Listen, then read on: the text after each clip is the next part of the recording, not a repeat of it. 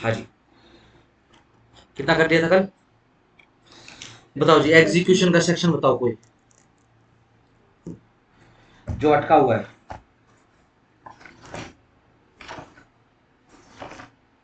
Execution के I hope सारे के सारे हो गए हैं, रिवाइज करने की जरूरत नहीं है। सही, सिंपल। रूल 12 पे आ जाओ।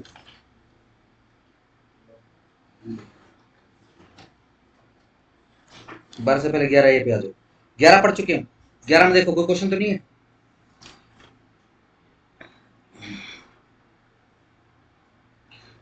देखो जी, where an application is made for the arrest and detention in prison of the judgment debtor, it shall state or be accompanied by an affidavit stating the grounds on which arrest is applied for। किसी भी ground पे आप arrest के लिए लगाओगे तो again ये तो हम समझ चुके हैं ना कि सबसिस्टेंस अलाउंस जो है अपने को जमा कराने पड़ेंगे, है ना? सही, कौन देगा सबसिस्टेंस अलाउंस? जिसको अरेस्ट करवाना है। Done, simple. डिक्री ऑर्डर, हाँ डिक्री ऑर्डर, ठीक है जी। अब लेट से जब उसको ही सबसिस्टेंस अलाउंस वगैरह जमा करवाने हैं तो वही एप्लीकेशन देगा कोर्ट को कि जी फलाना फलाना ग्राउंड क्रिएट हो चुका है, इसको अरेस्ट कर लो अब आप। ठीक है, ये भाग जाएगा जी, ठीक है ना, एग्जीक्यूट नहीं होने देगा, ये भाग जाएगा। ठीक है जी, फिर रह जाएंगे हम, इसने अपनी प्रॉपर्टियां भी जो है ठिकाने लगा दी है। ठीक है जी, तो क्या है, इसको अरेस्ट कर दो। ठीक है जी, अरेस्ट कर देते, लाओ सबसिस्टेंस अलाउंस जो है वो जमा करा दो 30 दिन। ठीक है जी, हाँ जी करवा दिया जमा, ये लो जी सिर्फ ये। Done, simple. फिर क्या कर देंगे, सीधा ऑर्डर कर देंगे, क्या भेज देंगे उसको जेल के अंदर। आओ जी, 12, application for attachment of movable property not in judgment debtors possession. 12 specific है, स्टार लगा लेना। क्या कर रहे हो, अटैचमेंट की एप्लीकेशन लगा रहे हो, क्या अटैच करना है, सॉरी मूवेबल प्रॉपर्टी। ठीक है ना, मूवेबल को जरा बॉक्स कर लेना। ठीक है ना, यही क्वेश्चन रहेगा इसमें। ध्यान रखना, ज्यादा डीप में अपने जूनियर लेवल पे ज्यादा डीप में नहीं आता। ठीक है, जो कि अच्छी बात नहीं। ठीक है जी, लेकिन जितना निशान लगाया जाए, जितना बताया जाए वो शो होना चाहिए। ठीक होगा जी। बट ये मूवेबल प्रॉपर्टी कैसी है, यह जजमेंट डेटर के पोजेशन में नहीं है, उसके कब्जे में नहीं है ये प्रॉपर्टी। सिंपल है। उसकी एप्लीकेशन यदि लगनी है तो कहाँ लगेगी, रूल 12 की एप्लीकेशन लगेगी, 21-12 की एप्लीकेशन लगेगी। ठीक है जी, ये बेसिकली क्या है, रूलिंग रालिंग का हिसाब किताब क्या है, ये थोड़ा सा प्रोसीजर को इजी करने, उसको थोड़ा सा फास्ट करने में यूज होता है। जैसा आप पूछेंगे, हाँ जी क्या एप्लीकेशन है जी, अब क्या एप्लीकेशन लेके आओ, हो गया केस तो। जैसा अब ये 21-12 की एप्लीकेशन, लाओ लाओ लाओ। क्यों, इसके पोजेशन की कोई मूवेबल प्रॉपर्टी नहीं मिली ना जी, एक ही प्रॉपर्टी मिली बट इसके पोजेशन नहीं, आरसी इसके नाम पे होता है ना ऐसे। आरसी पे नाम किसी का होता है लेकिन चला कोई हो रहा होता है। ठीक है, अगर इस प्रकार की भी प्रॉपर्टी वगैरह पता चल जाए तो कोई टेंशन नहीं, उसको भी अटैच कर लेंगे। ठीक है, क्या लगाओगे, एप्लीकेशन लगाओगे। डन हो गया, सिंपल है। देखो अगेन, हमने एग्जीक्यूशन की पिटीशन डाल दी है, फाइल कर दी है। लेट्स से हम कौन है, डिक्री होल्डर है, जो आज नहीं आए उनको जजमेंट लेटर बना लेते हैं। ठीक है ना, हमारी जिम्मेदारी है हमको एग्जीक्यूट कराना है। ठीक है ना, प्रॉपर्टी की डिटेल देना, प्रॉपर्टी अगर मिल चुकी है तो भाई उसको अटैच कराने की एप्लीकेशन लगाना। ठीक है जी, अटैच करने के बावजूद भी नहीं कर रहा है, लेट्स उसको अरेस्ट कराना है तो उसकी एप्लीकेशन लगाना। ठीक है जी, डन, सब्सिस्टेंस अलाउंस देने की उसकी एप्लीकेशन लगाना। ठीक हो गया, ये सारा का सारा डिग्री होल्डर ही करेगा। ठीक हो गया, डन है। चलो जी, 11 में कौन सी थी एप्लीकेशन, किसकी, अरेस्ट की। 12 में क्या है, मूवेबल प्रॉपर्टी बट जो उसके पोजेशन में नहीं है। 13 में कौन सी एप्लीकेशन है, application for the attachment of immovable property to contain certain particulars. ठीक है जी, अगर इमूवेबल प्रॉपर्टी को अटैच करने की एप्लीकेशन लगानी है सर्टेन पर्टिकुलर्स के साथ। ठीक है जी, कहाँ, 13 की लगेगी, रूल 13। ठीक है जी, आओ जी अब जरा 14, power to require certified extract from collectors register in certain cases. बिल्कुल सही बात है जी, इमूवेबल प्रॉपर्टी की बात आ गई। क्या कोई मूवेबल प्रॉपर्टी भी ऐसी हो सकती है जो रेवेन्यू पे करे और जिसका रेवेन्यू कलेक्टर ले? सोचो जरा, कॉमन सेंस से। मूवेबल प्रॉपर्टी कौन सी? हम्म, सिर्फ कलेक्टर के पास जो रेवेन्यू कलेक्शन का काम करता है। ये तो टैक्स वगैरह जो होता है, रोड टैक्स होता है, ये तो पहले ही कट जाता है, हर गाड़ी कटता है, ये तो टू व्हीलर भी कटता है। किसका? वो कमर्शियल व्हीकल होता है। हाँ, वो तो टैक्स है। मैं इमोरल भी तो ना ना ना, मैं टैक्स की बात नहीं कर रहा, मैं तो रेवेन्यू की बात कर रहा हूँ। फैक्ट्री में फसल का वो तो प्रोड्यूस ही होगी ना, वो तो एग्रीकल्चर लैंड का आएगा वो। सोचो, कोई नहीं, ठीक हो गया ना। कलेक्टर के पास रेवेन्यू की बात कर रहा हूँ मैं, तहसीलदार के पास। ठीक है, ऐसी कोई मूवेबल प्रॉपर्टी। डन। तो जब हम 14 की एप्लीकेशन पढ़ेंगे तो किसकी एप्लीकेशन है भाई? कलेक्टर के पास जाएगी रजिस्टर में, तो ऑफ कोर्स किसकी जारी होगी? इमूवेबल प्रॉपर्टी की जारी होगी। और इमूवेबल प्रॉपर्टी में भी कौन सी प्रॉपर्टी है? वो वाली प्रॉपर्टी है जो रेवेन्यू पे करती है। ठीक है जी। अब ये सीधी सिंपल करानी है तो ध्यान रखना, वो वाया रजिस्ट्रार के ऑफिस से ही आए। ठीक है जी। हमको क्या हुआ, हमने जो है जमीन जायदाद का पता करवा लिया उसका। किसका? जजमेंट डेटर का। ठीक है, पता करवा लिया, डन। क्या हम श्योर हैं कि उसी की ही है ये? उसके अंदर हल चलाता हुआ तो हमने देख लिया उसको खेत के अंदर, या फिर ट्रैक्टर घुमाता हुआ देख लिया, भैंस चराते हुए देख लिया हमने, बट क्या वो उसी का ही है क्या? ये तो हमको नहीं पता। ठीक है जी। ये कौन कंफर्म कराएगा? ये कलेक्टर ही कंफर्म कराएगा। ठीक है, तो वाया कलेक्टर ऑफिस। कलेक्टर के रजिस्टर, कलेक्टर क्या करेगा? आप वहां पे एप्लीकेशन लगाओ, कलेक्टर अपना रजिस्टर खुलवाएगा, कानून को बुलाएगा, बोलेगा कानून को आजा भैया रजिस्टर उठा ला। ठीक है, रजिस्टर में उठाने के बाद भाई इंतकाल दे इसका, किसके नाम पे है? इसी के नाम पे है। ठीक है, भेज दो, डन। आगे भी काम आएगा, क्योंकि अगर लैंड, रेवेन्यू पेइंग लैंड का अगर आपने बेसिकली अटैच वगैरह करवाना तो वैसे ही कलेक्टर करेगा। डन हो गया, सिंपल है। आओ, where an application is made for the attachment of any land which is registered in the office of the collector, and the court may require the applicant to produce certified extract from the register of such officer specifying the persons registered as proprietor or as possessing any transferable interest in the land. Yes, ये वही बताएगा। Of its revenue or is liable to pay revenue for the land and the shares of the registered proprietaries। ठीक है जी, किस हिसाब से है ये? उसके रजिस्टर से ही पता लगेगा। ठीक है ना। चलो जी, रेवेन्यू पेइंग लैंड नहीं है। ठीक है जी। ये सेक्टर में जो घर बने हुए हैं, क्या ये रेवेन्यू पे करते हैं? प्रॉपर्टी टैक्स जाता है, हर साल जाता है। ठीक है ना, आप तो बढ़ा दिया इन्होंने प्रॉपर्टी टैक्स, तिगुना कर दिया है, 3 गुना लगान। ठीक है जी, तिगुना हो गया। अब बेसिकली क्या, उसमें काफी सारे सैनिटाइजेशन की चीजें आ गई। ठीक है जी। अब जैसे क्या है, पहले पहले तो सिर्फ प्रॉपर्टी प्रॉपर्टी टैक्स होता था, अब क्या है, वाटर सप्लाई का भी उसी के अंदर ही आ चुका है। ठीक है जी। अब उसके जितना भी गंदगी वगैरह होती है वो साफ सैनिटाइजेशन वाले आते हैं, तो उसके चार्जेस भी इसी के अंदर ही आ चुके हैं। ठीक है जी। कोई खंभा वम्बा खराब हो गया, तार वगैरह टूट गई है, ठीक है जी, और ये सेक्टर में जैसे पेड़ वगैरह भी इनकी कटाई कुटाई का सारा खर्चा उसी में 1 साल में चला जाता है, सारा का सारा। ठीक है, तो बढ़िया है। बाकी काम करे तो की बात है। सेक्टर की सड़कें तो चांद की सड़क बन चुकी है। सेक्टर गए हो? सेक्टर से ओहो भाई साहब, एक जगह तो जो मेन रोड है बीच का, ठीक है जी, उसके सामने तो इतना चौड़ा खड्डा है भाई साहब, अगर बारिश के अंदर बारिश होगी 2 एक दिन, सेक्टर में से मत निकलना भाई। ठीक है, सीधा गाड़ी लेके जाओ, सीधा बम्पर घुटता बुम। ठीक है जी। और जो पीछे की तरफ जो मंदिर वाला जो रास्ता है वो तो सड़क ही धस गई है, आज तक ठीक ना हुई, वो धसी पड़ी है, वो साइड में से निकालनी पड़ती है। इस बार एक बारिश और होगी तो पूरा का पूरा साइड में एसडीएम की कोठी है, बेचारा फिर भी नहीं करवा पा रहा। और सेक्टर का ही एसडीएम है, वाटर सप्लाई वाला। बेचारा अपने और उसके घर के ठीक बाहर। चलो जी, डन। आगे आ जाओ। 15 application for execution bye joint degree holders. बिल्कुल सही बात है जी। क्या जॉइंट डिग्री होल्डर हो सकते हैं? हाँ बिल्कुल हो सकते हैं। क्या वो एप्लीकेशन लगा सकते हैं? हाँ बिल्कुल लगा सकते हैं, सारी की सारी। हाँ, बट क्या सारा का सारा उनके फेवर में एग्जीक्यूट हो जाएगा ना? है ना। कितना, जितना उसका बनेगा उतना एग्जीक्यूट हो जाएगा। चलो, where a decree has been passed jointly in favor of more persons than one, any one or more of such persons may, unless the decree imposes any condition to the contrary, apply for the execution of the whole decree for the benefit of them all, or where any of them has died, or for the benefit of the survivors and the legal representatives of the deceased। yes, एक भी लगा सकता, हाँ लगा सकता। ठीक है ना, अनलेस अंटिल डिक्री के अंदर ही कुछ कॉन्ट्री कंडीशन ना लिखी। ठीक हो गया, चलो। जो ये जो होता है मतलब उसको एलआर भी कौन मान लेंगे? जो एलआर उसको भी डिग्री नहीं, होल्डर एलआर मान is LR, joint degree holder, तो डिग्री में जिसका नाम हो वो होगा डिग्री होल्डर। तो ठीक हो गया जी। 16 application for execution bye transferee of degree. ये रह गया दूसरी। छोड़ दो उसको। 16 बड़े ध्यान से स्टार लगाओ। Application for execution bye transferee of decree, कहां पड़ा था transferee of decree?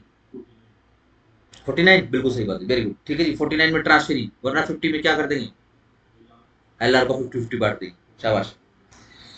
Where a decree और if a decree has been passed jointly in favor of two or more persons, the interest of any decree holder in the decree is transferred by assignment in writing, है ना? हम समझ चुके हैं ना, decree और उसके इंटरेस्ट ट्रांसफर हो सकते हैं, ठीक है जी। कैसे हुआ है? Transferred by assignment in writing और बाय ऑपरेशन ऑफ लॉ, या फिर ऑपरेशन ऑफ लॉ के जरिए। द ट्रांसफरी, अब ये जो ट्रांसफरी है, may apply for execution of the decree to the court which passed it. मेरे हाथ में डिग्री थी, मेरे फेवर में डिग्री थी, मैंने उठा के आपको, विकास को मैंने ट्रांसफर कर दी। अब ट्रांसफरी कौन हो गया? मैं या विकास? विकास हो गया। विकास क्या करेगा? जिस कोर्ट ने ये डिग्री दी है उसी कोर्ट में ही जा सकता है। सेम रूल आ जाएंगे, ठीक है जी, उसी कोर्ट में जा सकता है। और क्या बोलेगा जी? मुझे मेरे फेवर में डिग्री एग्जीक्यूट कर। अब ये जो पैसे थे ना जो आप अभिमन्यु को दिलवा रहे थे, ठीक है जी, अब आप मुझे दिलवाओ। ठीक हो क्या जी? चलो। And the decree may be executed in the same manner, ठीक उसी प्रकार से, and subject to the same condition के हिसाब से, एज इफ, जैसे कि application were made by the decree holder, जैसे कि मैंने लगाई। Provided that where the decree or such interest as aforesaid has been transferred by assignment, notice of such application shall be given to the transferor and the judgment debtor, and the decree shall not be executed until the court has heard their objections, if any, to its execution. विकास पहुंच गया court में, ठीक है जी। Court में क्या करा जी? Notice तो डालेंगे, अभिमन्यु को नोटिस तो डालना पड़ेगा, ठीक है जी। और अभिमन्यु को नोटिस नहीं, अपोजिट पार्टी को भी जो नोटिस वगैरह, क्यों? क्योंकि कोई भी ऑब्जेक्शन हो सकता है, ठीक है। लेट से विकास की और वो जो अपना जजमेंट डेटर है उसकी आपस में कुछ ज्यादा ही नून मिर्च हो, ठीक है ना? ठीक हो गया, डन। तो बुलाएंगे, नोटिस भेजेंगे, नोटिस आने के बाद पहले ऑब्जेक्शन पूछेंगे उससे, ठीक है जी। अब मैं आ जाऊंगा, ठीक है जी, सीधा नोटिस मिल जाएगा मुझे, मैं जाऊंगा, ठीक है जी, मेरे से पूछेंगे हाँ जी कोई ऑब्जेक्शन, मैं बोलूंगा जी कोई ऑब्जेक्शन नहीं, ठीक है जी, आप नो ऑब्जेक्शन लिखो और साइन कर दो। मेरे को नो ऑब्जेक्शन लिखना पड़ेगा, यानी नो ऑब्जेक्शन सर्टिफिकेट, एनओसी मेरे को देनी पड़ेगी। एनओसी बनाऊंगा, 2-4 लाइनें लिखूंगा और साइन, ठीक हो गया। जजमेंट लेटर क्या होगा? जजमेंट लेटर पैसे देने हैं, ठीक है ना? बता दे भाई तेरा भी कोई ऑब्जेक्शन? जी कोई ऑब्जेक्शन, मेरे मेरे पास तो पैसे जाने, ठीक हो गया जी। चलो आगे। Provided also that where a decree for the payment of money against two or more persons has been transferred to one of them, it shall not be executed against the other. बिल्कुल सही बात है जी। अगर एक से दो बंदे को पैसा मिलना है, ठीक है जी, और एक बंदे का ट्रांसफर हो चुका है, एक राइट, ठीक हो गया, तो सिर्फ जिसके नाम पे ट्रांसफर हुआ है, सिर्फ जो ट्रांसफर देगा सिर्फ उसको मिलेगा, सिंपल, बिल्कुल, बाकी किसी को नहीं मिलेगा, ठीक है जी। चलो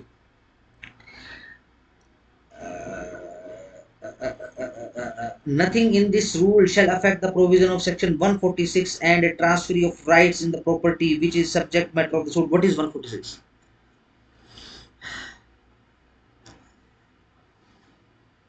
खोलो खोलो, देखो जल्दी देखो, विजुअलाइज करो। 144,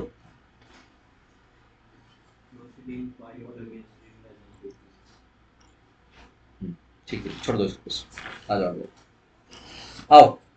17, rule 17, procedure on receiving application for execution of decree. Yes, कितनी सारी एप्लीकेशंस हमने पढ़ी जो एग्जीक्यूशन की लग रही थी, ठीक है जी, उसका आगे का प्रोसीजर रूल 17 में देखो जी।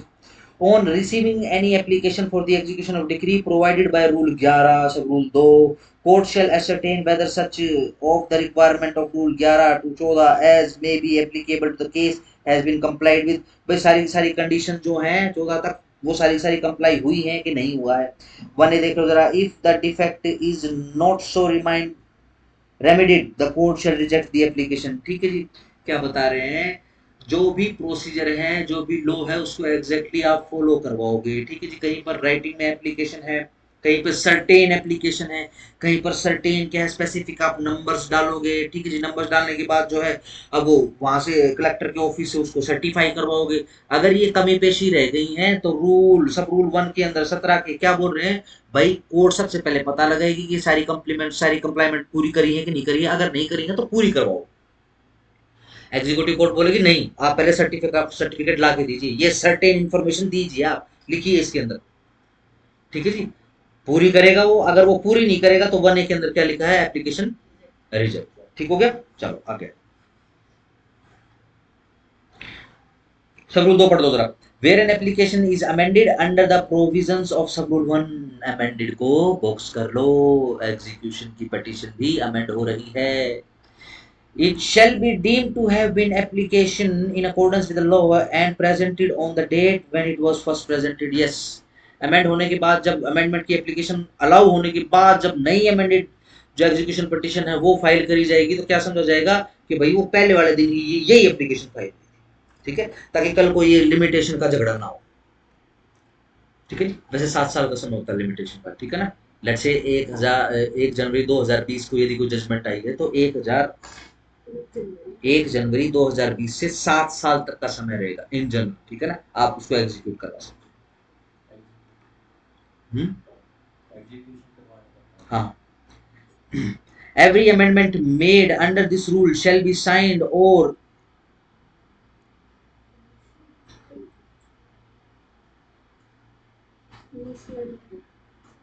इसमें भी यही है। अरे बाप रे, चलो। साइंड और इनिशियल, हाँ ये इनिशियल्स की बात हो रही है, बेसिकली इनिशियल सिग्नेचर्स की बात हो रही है बाय दी जजेस। ठीक है जी, बिल्कुल सही बात है जी।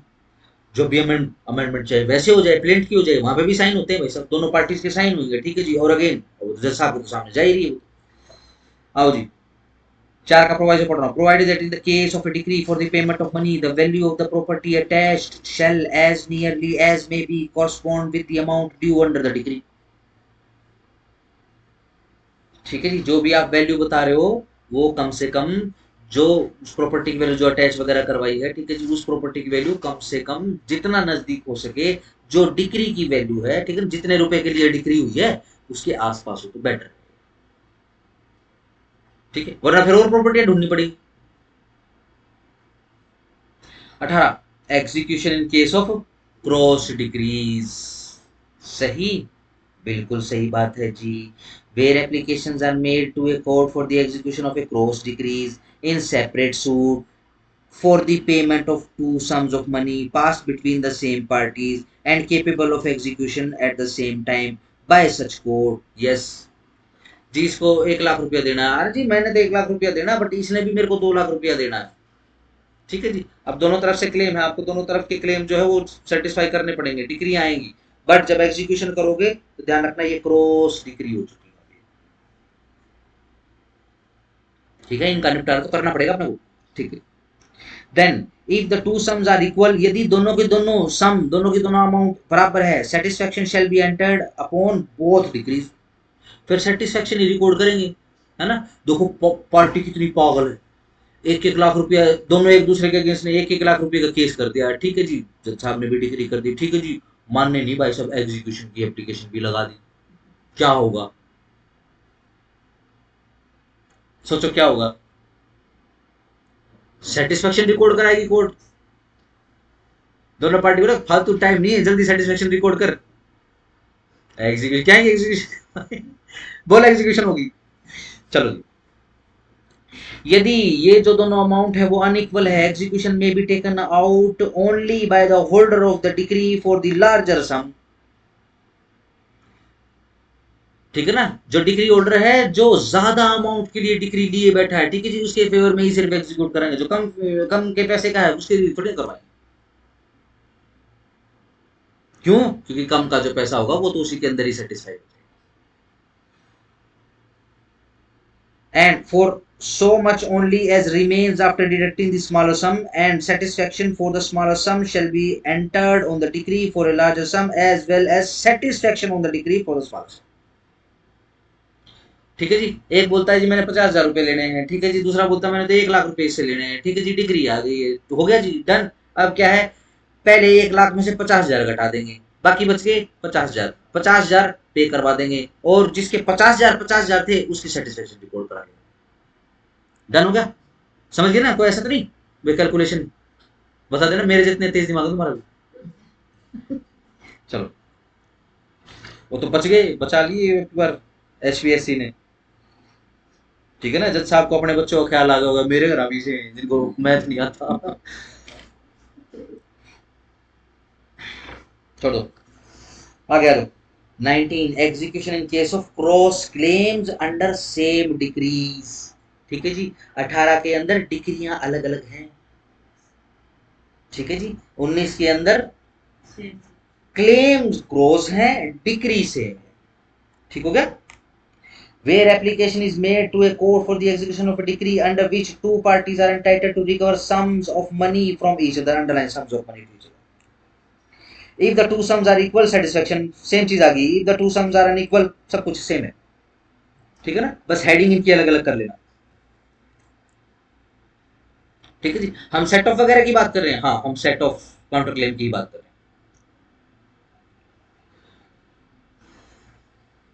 हैं। 20 cross decrease and cross claims in mortgage suits. Mortgage suit, ये प्रॉपर्टी इमूवेबल प्रॉपर्टी का ही सूट है, बस ध्यान रखना। ठीक है जी, अब इसके अंदर यदि कोई क्रॉस डिक्री आई है या इसके अंदर कोई क्रॉस क्लेम्स है, क्रॉस डिक्री यानी दो डिक्रियां, ठीक है ना? सिंपल है। और क्रॉस क्लेम्स यानी decree same but claim cross. The provisions contain in rule 18-19 shall apply to decree for the sale in enforcement of a mortgage or charge। mortgage और को सर्कल करो और चार्ज को बिल्डर लाइन करो। 21 simultaneous execution, the court may in its discretion refuse execution at the same time against the person and the property of the judgment debtor। yes, बिल्कुल सही बात है जी। देखो, एग्जीक्यूशन कैसे करवाना है, एग्जीक्यूशन का ऑर्डर क्या रहेगा, उसका क्रम क्या रहेगा, वो बेसिकली कोर्ट के ऊपर है। एग्जीक्यूटिव कोर्ट ही देख लेगी भैया। वो बोलेगा नहीं, पहले जी मेरा जजमेंट डेटर मैं हूं, पहले जी मेरे को सेटिस्फाई करो। चुपचाप बैठ, पहले उसका हुआ डिग्री होल्डर। ठीक है जी, या फिर बहुत सारे डिग्री होल्डर है। ठीक है जी, जिसके पास छोटा इंटरेस्ट वो ज्यादा उछल रहा है, वह रुक जाएगा। जब सबका बटेगा तेरा अपने आप निकल आएगा। ठीक है, पहले उनका होने दे जिनका टेक्निकल ज्यादा, या फिर वाइस वर्सा भी हो सकता है, पहले भाई इसको फ्री करते। ठीक हो गया? चलो यार। 22 notice to show cause against execution in certain cases. Star लगा लेना। Where an application for execution is made, जहां पर एग्जीक्यूशन पिटिशन बन चुकी है। इज मेड बन चुकी कब? मोर देन 2 साल after the date of the degree. ठीक है जी, 2 साल से ज्यादा हो चुके हैं। और against the LR of a party to the decree, or where an application is made for the execution of a decree filed under the provisions of section 44A। what is 44A? Reciprocating territory, शाबाश। और against the assignee और receiver इन insolvency. ठीक है जी, अब जो भी assignee या फिर रिसीवर रहेगा किसमें? इंसॉल्वेंसी के केस में। Where the party to the decree has been adjudged to be an insolvent, जहां पर पार्टी को इंसॉल्वेंट डिक्लेयर कर दिया गया है। ठीक है जी, लेट से किसी को इंसॉल्वेंट डिक्लेयर कर दोगे तो फिर उसके पास से ना तो कुछ उसको मिलना, ना उससे कुछ आना। ठीक है जी, लेकिन उसके बिहाफ पे कोई ना कोई रिसीव जरूर करेगा, तो रिसीवर अपॉइंट करना पड़ेगा। ठीक है जी, ध्यान रखना, इंसॉल्वेंट एक ऐसा बंदा होता है जिसके साथ कोई भी ट्रांजैक्शन, कमर्शियल ट्रांजैक्शन नहीं हो सकती, पता होगा ना? बच्चे के साथ भी नहीं हो सकती, और अगर मान लो इंसॉल्वेंट बंदा तो उसके साथ भी नहीं हो सकती। ठीक है जी, क्यों? क्योंकि वो डिक्लेयर्ड बाय द कोर्ट है वो। लेट से, तो इसका मतलब क्या है कि मान लो उसको तो बिजनेस करने की आजादी नहीं है, कोई उसको चेक ही नहीं पकड़ा सकता कि ले मैं तेरे को पैसे देना चाहता हूँ, तू ये तेरी ये कंपनी है, ये ले पकड़, बैंकरप्ट हो गई थी ना, ये ले पकड़, मैं पैसे डाल दूँ। वो पैसे नहीं पकड़ सकता क्योंकि वो तो इंसॉल्वेंट डिक्लेयर हो चुका है, बट उसके ब्याह पे कोई ना कोई रिसीव करेगा, जिसको रिसीवर बोलेंगे। ठीक है ना? चलो, the court executing the decree shall issue a notice to the person against whom execution is applied for, requiring him to show cause on the date to be fixed why the decree should not be executed against him। ठीक है जी, बिल्कुल सही बात है जी। चलो, assignment का उल्टा कर लेते हैं, असाइनमेंट की तरह इंसॉल्वेंट का उल्टा कर लेते हैं। सीधी सिंपल सी बात है, कोई बंदा है इंसॉल्वेंट डिक्लेयर हो गया। ठीक है जी, सारी की सारी डिग्री पैसे से रिलेटेड थोड़ी ना होती हैं, बाकी भी तो कुछ हो सकता है। कोई स्पेसिफिक परफॉर्मेंस भी तो हो सकती है, ठीक हो गया। कॉन्ट्रैक्ट बीच की कोई पेनल्टी भी तो हो सकती है, ठीक है। कोई स्पेसिफिक परफॉर्मेंस भी तो हो सकती है उस कॉन्ट्रैक्ट की, ठीक है। लेट्स से मैं पेंटर हूं, मेरा नाम दाविंची है मेरा नाम, है? ला पिकासो, पिपलापो, जो भी मेरा नाम है, ठीक है जी। अब मैं क्या करता हूँ, मैं पेंटिंग करता हूँ, मेरी पेंटिंग वहां से करोड़ों रुपए की बिकती है, ठीक है जी। अब हुआ क्या, मेरे को आपको पेंटिंग देनी पड़ेगी, मैं बड़ा चालाक और दूत हूँ, मैं कोर्ट में गया, मैंने अपने आप को इंसॉल्वेंट डिक्लेयर करवा दिया, क्या लगता है मेरा पीछा छूट गया?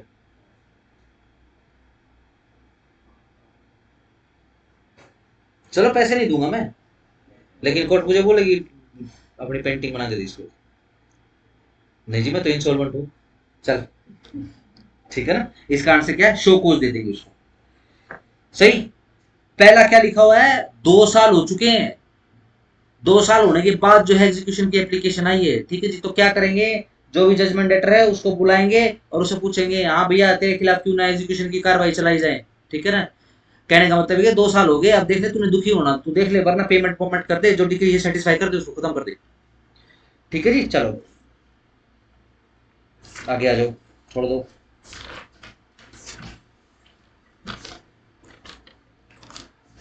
आओ जी, 26 से लेकर 29 का पूरा एक ग्रुप है, ठीक है जी। बड़े ध्यान से पढ़ना, अगर मेन से क्वेश्चन आ रहा है तो चांसेस यही है। आपका ये लास्ट टॉपिक है जिसके ऊपर डिक्टेशन पेंडिंग है, स्टे इन एग्जीक्यूशन पे तो नहीं कराई ना, ठीक है। चलो, अच्छा हाँ, अपील में भी हमने एग्जीक्यूशन पे स्टे की बात करी थी, एक बार कंसेप्ट समझ लेते हैं क्या है।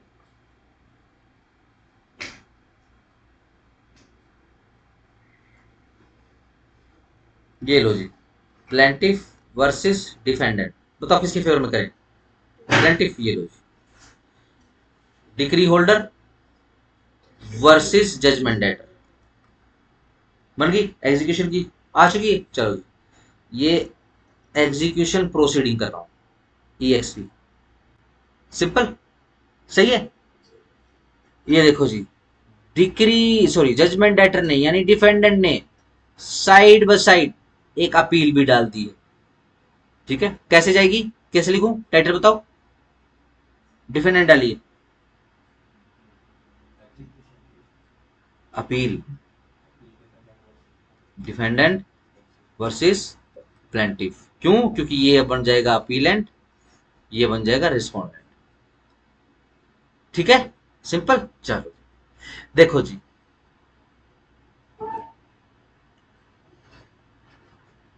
Immovable property recovery plus mean profit plus rent plus interest plus mandatory injunction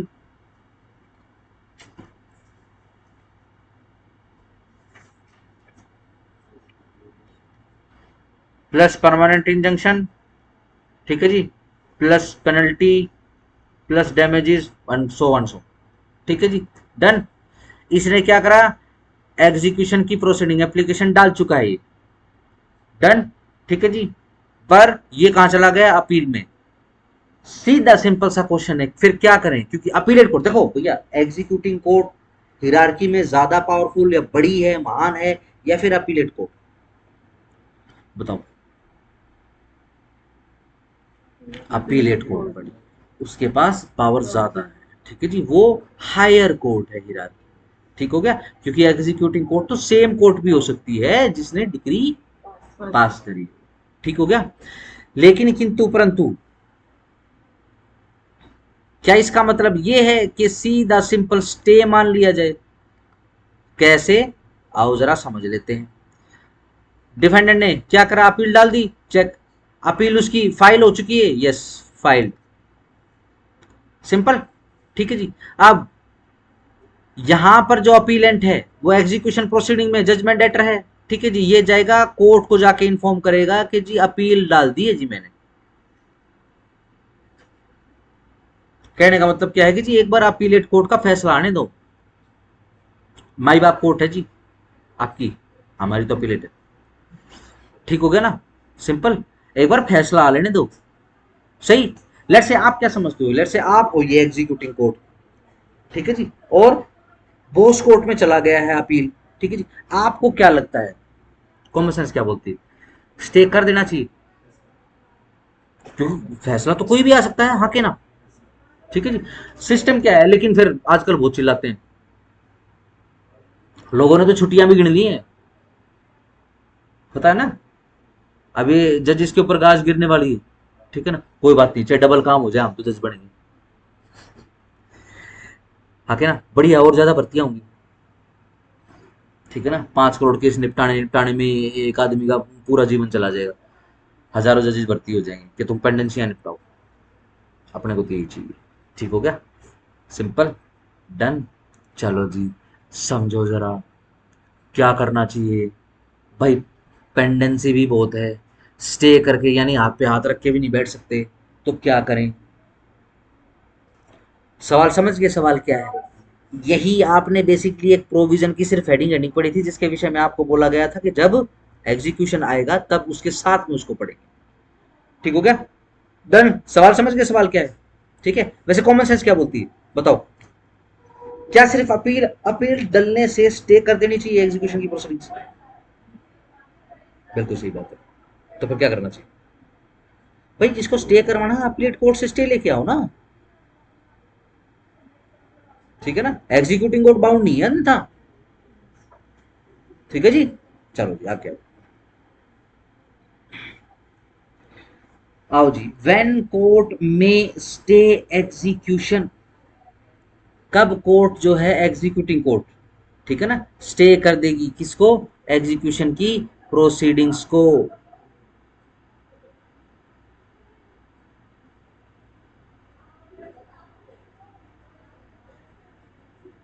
लो जी, the court to which a decree has been sent, वो वाली कोर्ट जिसको डिक्री सेंड करी गई है एग्जीक्यूशन करने के लिए, शेल अपॉन सफिशिएंट कोज बीइंग शोन, वो शेल को जरा बॉक्स कर लो, अपॉन सफिशिएंट कोज बीइंग शोन, अगर उसको सफिशिएंट कारण बता दिए गए हैं, शो कर दिए गए हैं, स्टे दी एग्जीक्यूशन, दोबारा से बॉक्स करो, stay the execution of such degree for reasonable time, कितने समय के लिए, रीजनेबल टाइम के लिए, to enable the judgment debtor, ठीक है जी, क्या करने के लिए, ताकि इनेबल कर दे किसको, जजमेंट डेटर को, कि वो अप्लाई कर सके, to apply the court, enable को अंडरलाइन करो, इनेबल द जजमेंट डेटर को, ठीक है जी, to apply to the court by which the degree was pass, कि जिस कोर्ट ने वो डिग्री पास करी है कि उसमें अप्लाई कर दे, और to any court having appellate jurisdiction, या फिर किसी अपीलेट कोर्ट के अंदर वो अप्लाई कर दे, in respect of the decree, decree के लिए, और द एग्जीक्यूशन देयर ऑफ, उसके एग्जीक्यूशन के विषय में, for an order to stay execution, ठीक है जी,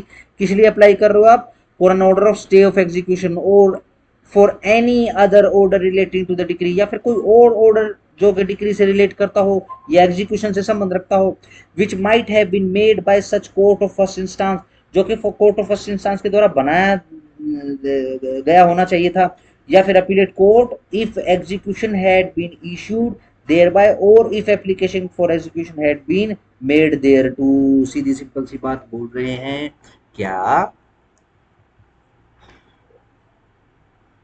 इसी केस को आगे कर लेते हैं, ठीक है जी। देखो जी, पहला रूल, ये जो अपना डी है, ये जा रहा है ना अपील के अंदर, इस केस के अंदर, ठीक है, ये देखो, ये पहले स्टेप में, पहले चांस के तौर पे क्या कर सकता है, ये एग्जीक्यूटिंग कोर्ट के सामने जा सकता है, और क्या कह सकता है कि देखो जी, अभी आप एग्जीक्यूशन की जो आपकी प्रोसीडिंग है ना जी, इसको स्टे लगाओ, अभी अभी इसको रोको, क्यों, ताकि मुझे समय मिले कि मैं अप्रोप्रिएट, ठीक है ना, रेमेडी अपने लिए अवेल करवा लूं,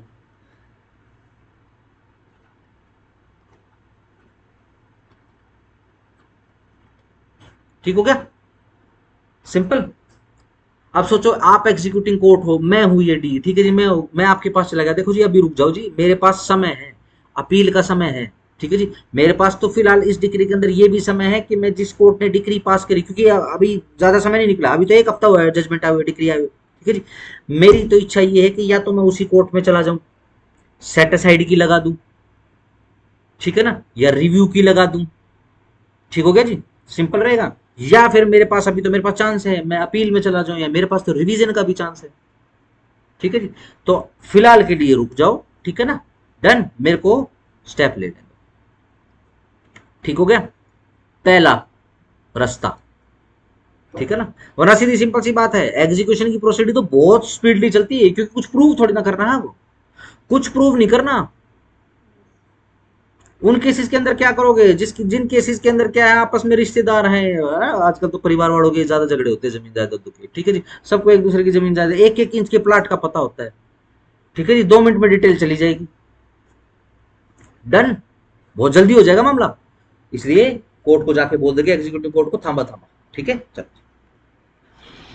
वेयर द प्रॉपर्टी और person of the judgment debtor has been seized under any execution, अगर वो वाले केस की बात करें जिसके अंदर किसी प्रॉपर्टी या किसी क्या बोलते हैं बंदे को सीज कर लिया कोर्ट ने, the court which issued the execution में order the restitution of such property, ठीक है जी, उस बंदे को उस प्रॉपर्टी को रेस्टिट्यूट करने का ऑर्डर दे देगी एग्जीक्यूटिंग कोर्ट, और the discharge of such person pending the result of the application, ठीक है जी, कब तक के लिए, जब तक जो भी वो एप्लीकेशन एसेट्रा अपील एसेट्रा लगाएगा तब तक के लिए उसको छोड़ देंगे, रेस्टिट्यूट कर देंगे। आओ जी, number 3, power to require security from और impose condition upon the judgment debtor, yes, क्या सिक्योरिटी वगैरह भरवा सकते हैं, हाँ, अगर कोर्ट को लगेगा एग्जीक्यूटिंग कोर्ट को कि भाई ये बकवास ज्यादा कर रहा है, या फिर होना जाना कुछ नहीं है, ठीक है ना, मेरी प्रोसीडिंग भी लेट करवाएगा, ठीक है जी, तो बेटर क्या करेंगे, इससे सिक्योरिटी भरवा लेंगे, ठीक हो गया, करवा सकते हैं, हाँ करवा सकते हैं। आओ जी, before making an order, number 3, कौन सा order, order to stay execution और for the restitution of the property और the discharge of the judgment debtor, the court shall require such security from और impose such condition upon the judgment debtor as it thinks fit, जो भी court को ठीक लगे वो condition लगाइए, वो सिक्योरिटी बनाइए, ठीक हो गया। लेट से बहुत सीधा सिंपल सा केस था, ठीक है जी, मेरी तो भैया 1 लाख रुपए की देनदारी है, ठीक है, डन, लेकिन अब देखो लॉ ने मेरे को राइट दिया है, मैं अपील में भी जा सकता हूँ, अच्छा उसी कोर्ट में रिव्यू भी लगा सकता हूँ, सेटिसाइड भी कर सकता हूँ, मेरे को तो लॉ ने राइट दिया, ठीक है जी, तो मैं तो वो अवेल करूंगा, ठीक है जी। एग्जीक्यूटिव कोर्ट आप हो, आपको पता है, आपने डिग्री पास करी, आपको पता है कुछ नहीं होना, ठीक है जी, लेकिन मैं आपको अपना विजडम दिखा रहा हूँ माइंड की, ठीक है जी, तो आप क्या करोगे, होना जाना कुछ नहीं यार, रहने दे, मैं मान ही नहीं रहा, ठीक है जी, फिर ऐसा करो, कोई बात नहीं, मैं स्टे कर देता हूँ, आप सिक्योरिटी भर दो, आप ऐसा करो, 50,000 रुपये भर, ठीक है ना, ताकि जब ये उड़ेगी, ठीक है ना, और जब ये वापस मैं आपको अपना दिखाऊंगा चौकटा, ठीक है ना, तो आप क्या करोगे, ले भाई 50% ऑफ द डिग्री तेरी सेटिस्फाई होगी, पकड़ा दो उसको 50,000, जल्दी ले आप, बाकी बचे 50,000, ठीक है जी, चलो। 27, liability of judgment debtor discharge, no order of restitution or discharge under Rule 26 shall prevent the property or person of a judgment debtor from being retaken in execution of the decree sent for the execution. Yes, इसका मतलब ये नहीं है कि जिस property को एक बार discharge कर दिया गया, रेस्टिट्यूट करवा दिया ना प्रॉपर्टी को एक बार, इसका मतलब ये नहीं है कि दोबारा नहीं हो सकती अटैच, हो सकती है, कुछ फ्री नहीं हुआ उसका, ठीक हो गया, चलो। 28, order of court which passed decree or of appellate court to be binding upon court applied to any order of the court by which the decree was passed or of such court of appeal as aforesaid in relation to the execution of such decree shall be binding upon the court to which the decree was sent for execution. बस simple पढ़ लो, छोड़ दो, आगे आ जाओ। 29, stay of execution pending suit between decree holder and judgment debtors, where a suit is pending in any court, जहां पर कोई सूट पेंडिंग है किसी कोर्ट में against the holder of A degree, degree holder के अगेंस्ट में, of such court उस court के, और of A degree which is being executed by such degree by such court, या फिर इस डिग्री के विषय में ही कोई केस चल रहा है, ठीक है जी, जिसके विषय में यहाँ पे एग्जीक्यूशन चल रहा है, ऑन द पार्ट या फिर partially of the person against whom the decree was passed, the court may on such terms as to security or otherwise as things fit stay execution of the decree until the pending suit has been decided, ठीक है जी। क्या ऐसा हो सकता है किसी एक property के लिए एक से ज्यादा सूट डल जाए, हो सकता है, बिल्कुल हो सकता है, क्यों नहीं हो सकता है, ठीक है जी।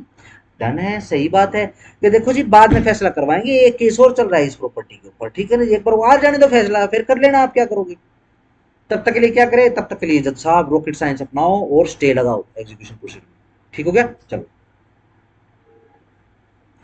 Provided that if the decree is one for the payment of money, the court shall, if it grants stay without requiring security, record its reason for so doing. Yes, अगर आप पैसे का मुकदमा का एग्जीक्यूशन चला रहे हो तो वहां पे आप सिक्योरिटी भरवाएंगे इन जनरल। और जिस किसी केस के अंदर आप स्टे लगा रहे हो but without submitting the security, ठीक है जी, तो आप रीजन रिकॉर्ड करोगे, आप स्पीकिंग ऑर्डर दोगे कि आपने ऐसा क्यों करा। बहुत इजी है, क्या कहोगे, देखो जी सेम अमाउंट के लिए एक केस और पेंडिंग चल रहा है, ठीक है जी, उसमें भी ये पार्टी है अपना डिग्री होल्डर, ठीक है ना, एक बार उसका फैसला आ जाएगा तो ठीक है, और वैसे भी अभी सूट प्रॉपर्टी है वो, ठीक है ना, तो अभी फिलहाल उसका उसको उसको इससे सिक्योरिटी भरवाने का कोई वो नहीं है, क्या पता क्या ऑर्डर करेगी। सिंपल है, चलो डन हो गया, सही। हमने क्या समझा, हमने फिलहाल ये समझा है कि जो एग्जीक्यूटिंग कोर्ट है क्या वो स्टे लगा सकती है, हाँ वो स्टे लगा सकती है, कंडीशंस हमने पढ़ दी है। कौन कौन सी कंडीशंस हैं, ये सारी सारी कंडीशन है ना, देखो 26 के ऊपर क्या लिखा हुआ है, स्टे ऑफ एग्जीक्यूशन। पहली कंडीशन, जजमेंट डेटर स्वयं जो है एप्लीकेशन लगाए, क्या बोले कि मेरे पास राइट है और मैं अपनी रेमेडी अवेल करना चाह रहा हूँ, ठीक है जी, सेम कोर्ट में जाना चाह रहा हूँ तो सेम कोर्ट में जाऊंगा जिसको कोर्ट ने डिग्री पास करी, या फिर अपीलेट कोर्ट में जाना चाहता हूँ तो अपीलेट कोर्ट में जाऊंगा, ठीक है जी, मेरे को समय दिया जाए। Enabling me to, enable word लिखा है कि मुझे इनेबल इतना समय दो ताकि मैं इनेबल हो सकूं, ठीक है ना, कि मैं वो रेमेडी अवेल कर सकूं, वो रास्ता वो अख्तियार कर सकूं, ठीक है जी, रीजन नंबर 1। रीजन नंबर 2 क्या है,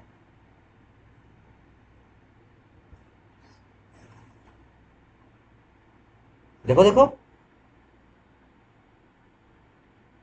29 के एक केस और पेंडिंग है, ठीक है जी, डिस्प्यूटेड प्रॉपर्टी जो है, इस सूट की जो डिस्प्यूटेड प्रॉपर्टी है उसके विषय में एक केस और पेंडिंग है, या फिर डिग्री होल्डर जो है दूसरे केस के अंदर जो रिलेटेड जो डिग्री है, ठीक है जी, उसके लिए एक किसी दूसरे केस में इन्वॉल्व है वो, ठीक है जी, और वो केस चल रहा है तो इतना समय दिया जाएगा, 2 रीजन, ठीक है जी। तो इसका मतलब क्या अपीलेट कोर्ट कर सकती है, और क्वेश्चन डेवलप कर लेते हैं तो। चलो जी, हमने क्या रास्ता देखा, ये आ गया 26 का, ये आ गया 29 का, ठीक है जी। ध्यान रखो, ये मिस्टर डी ने ये अपने लिए रास्ता चुन लिया है, लेकिन ये कौन सी कोर्ट का है, ये एग्जीक्यूटिंग कोर्ट का है। मैं पूछ रहा हूं ये यहां पर जाएगा तो क्या, ये कौन सी कोर्ट है, ये अपीलेट कोर्ट है, ठीक है जी। आओ, ऑर्डर 41, रूल कौन सा था, 5, खोलो।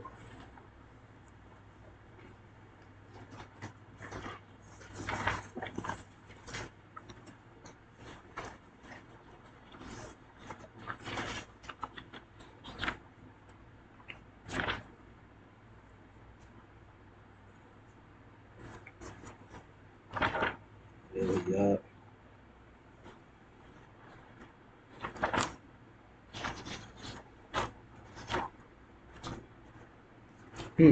मिल गया, stay by appellate court, an appeal shall not operate as a stay of proceeding under a decree or order appeal from except, ठीक है जी, फिलहाल इतना पढ़ते हैं। अगर अपील फाइल कर दी है मिस्टर डी ने तो इसका कोई जनरल मीनिंग ये नहीं है कि ऑटोमेटिक स्टे की जो प्रोसीडिंग है वो स्टे हो जाए, स्टे की करो एग्जीक्यूशन की प्रोसीडिंग स्टे हो जाएगी। डालिए अपील भाई, ठीक है आपका राइट था, आपने अपील डाल लिए, मैं क्या करूं इसमें, ठीक हो गया। Except so far as the appellate court may order, जब तक कि अपीलेट कोर्ट स्वयं ऑर्डर ना कर दे, ठीक है, अपने विवेक से अंडरलाइन और बॉक्स वगैरह बना लेना, ठीक है ना।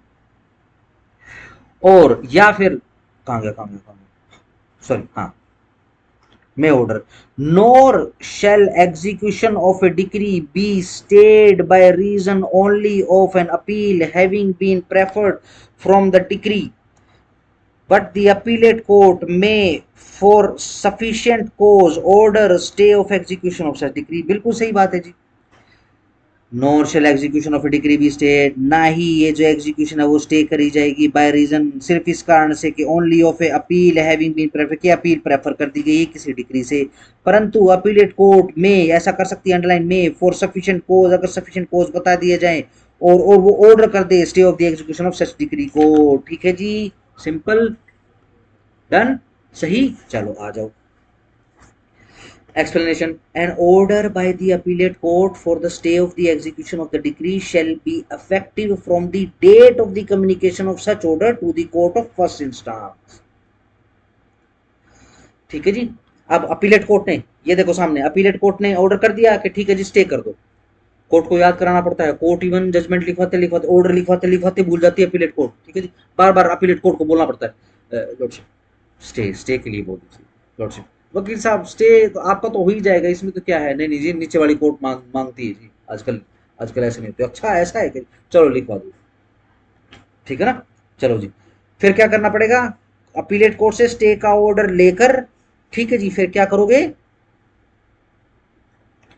कोर्ट ऑफ फर्स्ट इंस्टेंस में जाओगे और उसको इन्फॉर्मेशन दोगे। ठीक है ना, एग्जीक्यूटिंग कोर्ट के पास जाओगे और उसको बोलोगे जी रुक जाओ, स्टे लग चुका है। इसमें सर बिना एप्लीकेशन के स्टे कर सकते हैं। किसमें?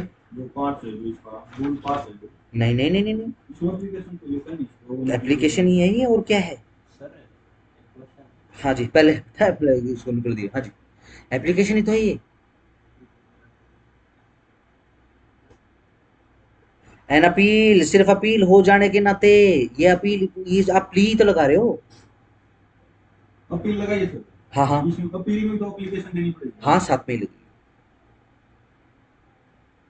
ठीक है ना।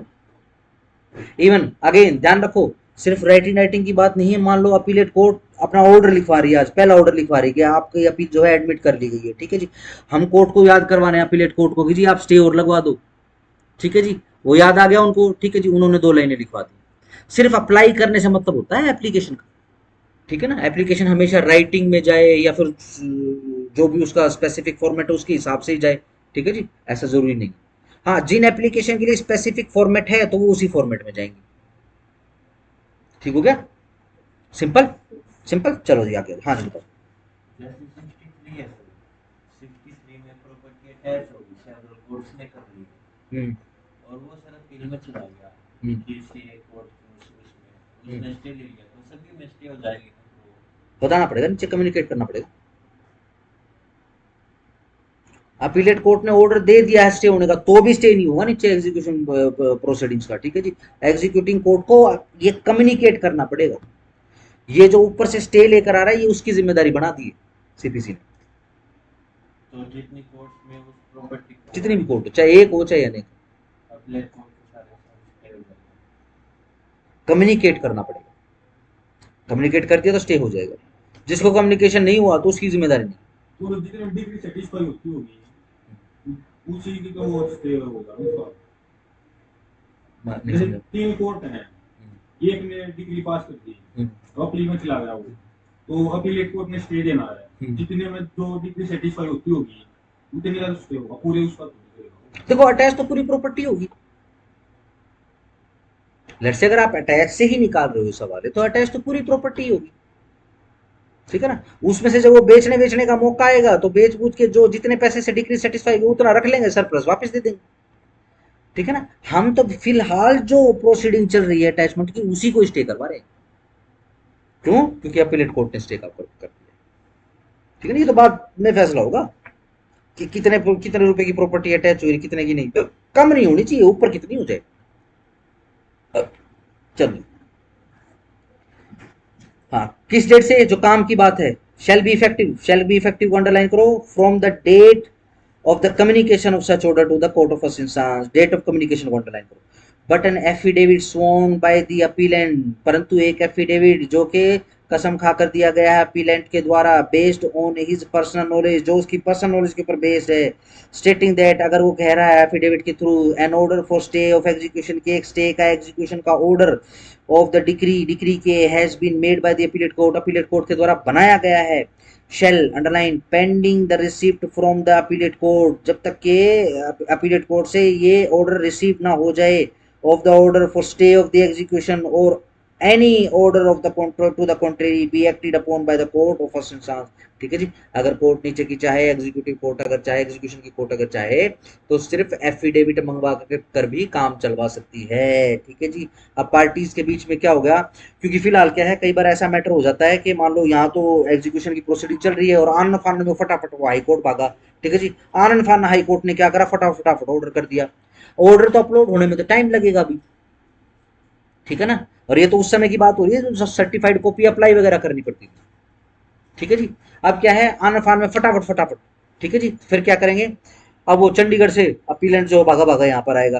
ठीक है जी, वो बताएगा अपने एग्जीक्यूटिंग कोर्ट को कि जज साहब, ऊपर जस्टिस साहब ने स्टे कर दिया है। नहीं जी, आप ऑर्डर दिखाओ जी, ये जी आप ये लगाओ जी, कल ही किया है, पुराना समय लेट से। ठीक है ना, कोई कंप्यूटर सुपर कंप्यूटर कुछ भी नहीं आया है। सही, फिर क्या करेंगे, लोअर कोर्ट अब मानना भी नहीं कर सकती है। ठीक है ना, तो अब उस समय सावधानी रखने के लिए क्या बता दिया जाता था, चल भैया ठीक है, आप ऐसा करो, आप श्योर हो ना, let's say you are the जो भी अपीलेंट था आपको, ठीक है, आप श्योर हो ना कि अपीलेट कोर्ट ने या फिर हाई कोर्ट ने जो स्टे कर दिया है प्रोसीडिंग्स को।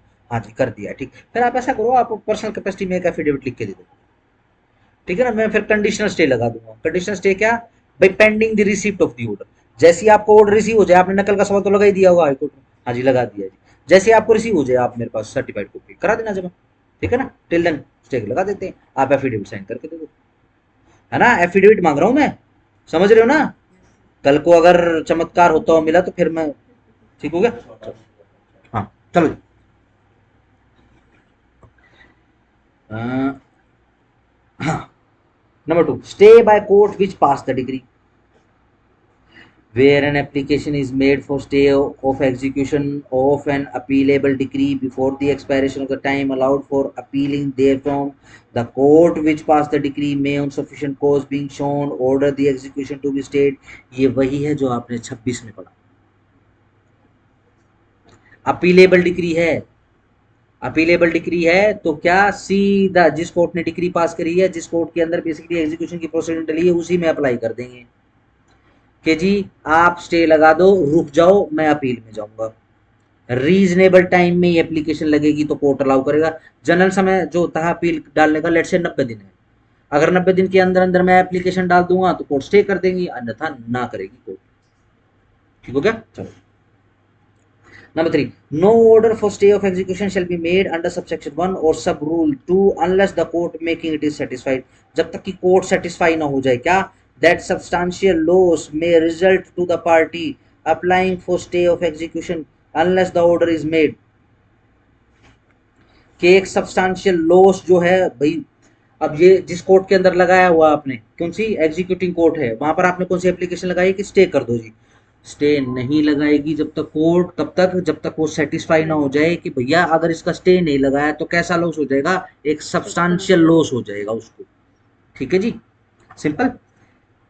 और या फिर that the application has been made without unreasonable delay, भाई फटाफट एप्लीकेशन लगा दी, एक हफ्ता पहले जो है वो जज डिक्री जजमेंट आई है, ठीक है जी। अब क्या है, कल जो है एग्जीक्यूशन की प्रोसीडिंग्स जो डली है, ठीक है जी, डिग्री होल्डर की तरफ से, आज ये आ गया है, रीजनेबल टाइम है। That security has been given by the applicant for the due performance of such degree और order as may be ultimately be binding upon him. ठीक है जी, और साथ साथ में क्या कर दिया उसने, उसने साथ साथ में जो सिक्योरिटी कोर्ट ने मांगी वो भी जमा करवाने के लिए तैयार है, लगा दो स्टे। ठीक है जी, चलो। Subject to the provision of sub rule 3, the court may make an ex parte order, underline ex parte order for stay of execution pending the hearing of the application। Yes, क्या ex parte stay of execution लगाया जा सकता है, ये वही court है जहां पर एग्जीक्यूशन की प्रोसीडिंग चल रही है, बिल्कुल लगाया जा सकता है आन फान में। ठीक है जी, notwithstanding anything contained in the foregoing sub rules where the appellant fails to make the deposit or furnish the security specified in sub rule 3 of rule 1, the court shall not make an order staying the execution of the decree। yes, court ने बोल दिया जी चलो जी ठीक है, मैं stay लगा देता हूँ, ठीक है जी, आप ऐसा करो, आप सिक्योरिटी जो है जमा करवा दो। सिक्योरिटी जमा नहीं होती, अगर सिक्योरिटी जमा ही नहीं हुई है तो सीधी एप्लीकेशन ही रिजेक्ट हो गई। ठीक है, सिंपल, चलो सही। अच्छा, कहीं कोई डिस्प्यूट समझ में आ रहा है, ऑर्डर 41 रूल 5 में और ऑर्डर 21 रूल 26 27 28 29 में, छोड़ दो 27 28 29, रूल 26 में। कोई डिस्प्यूट है?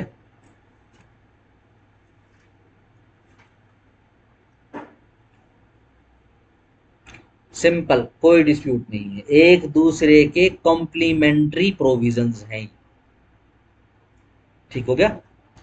अगर इसमें से सवाल आएगा, लेट से मेंस में से जबरदस्ती सवाल आएगा, तो यही आएगा कि कोई डिस्प्यूट है क्या। ठीक है, इसके ऊपर सिंपल सी डिक्टेशन जो है हम वो छाप लेंगे। ठीक हो गया? सही।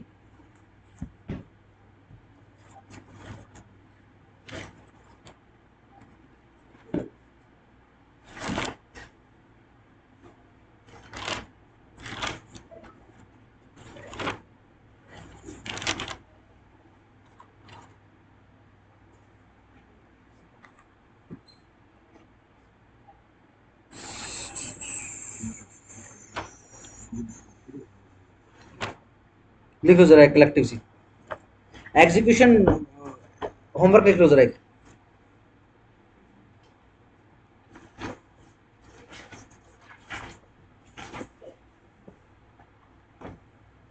हेडिंग बना लो,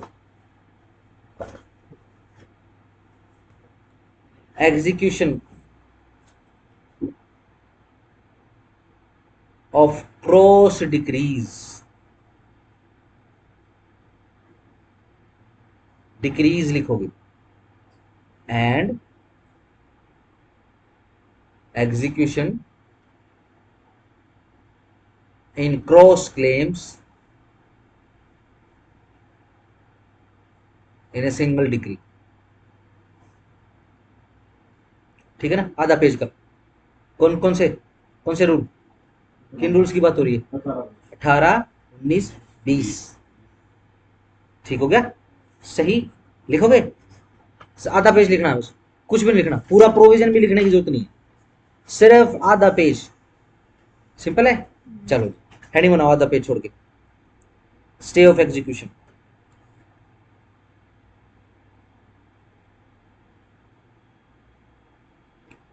लिखो, application for stay of execution primarily has to be filed before appellate court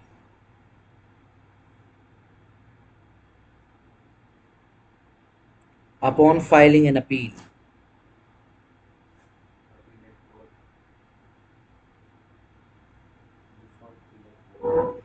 Upon filing an appeal.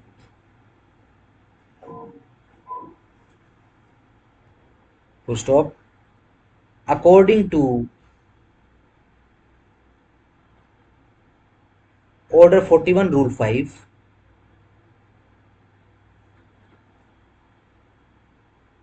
filing an appeal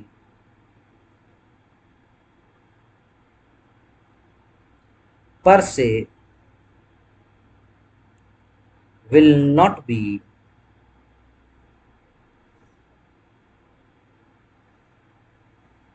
an automatic stay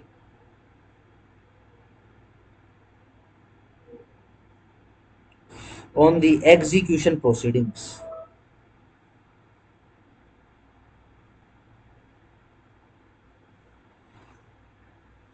comma, on the other hand, the appellant via separate application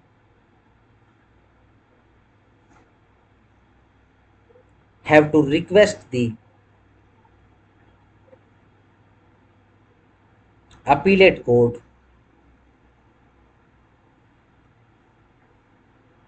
to grant the stay.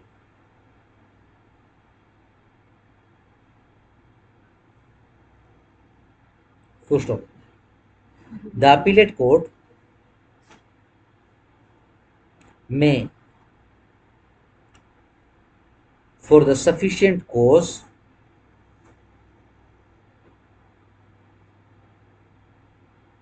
comma, order to stay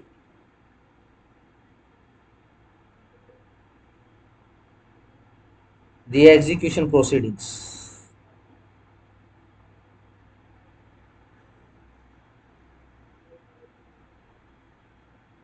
Full stop. However, comma, the appellate court shall not grant stay unless the applicant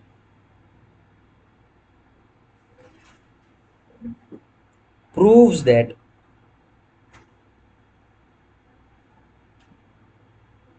there would be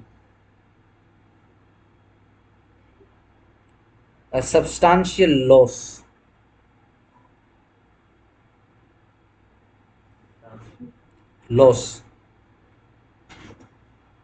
comma, if the order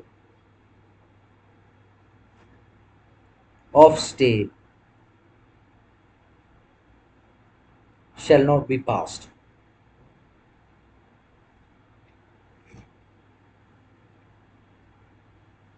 Full stop. Furthermore के बाद comma, for the order, comma, the applicant also proves that there is no unreasonable delay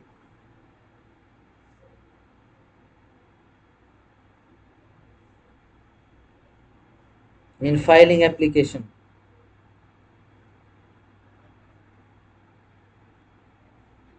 and the applicant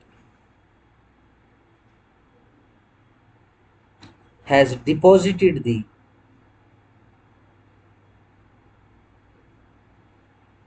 requisite security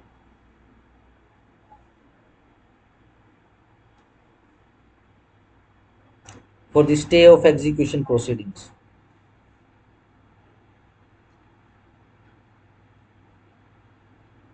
Full stop. Para अलग करो उधर, लिखो order 41 rule 5 via explanation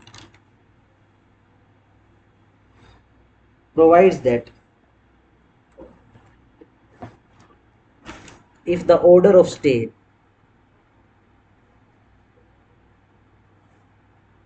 has been obtained,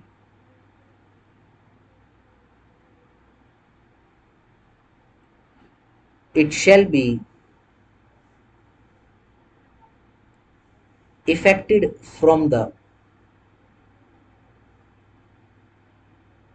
date of communication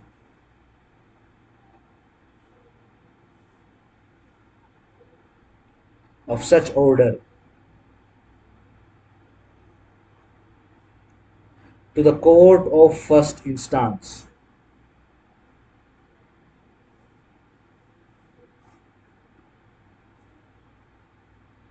slash decree court slash executing court.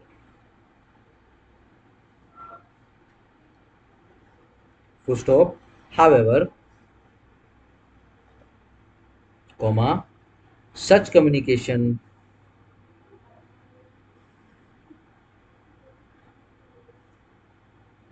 may take some time and it is therefore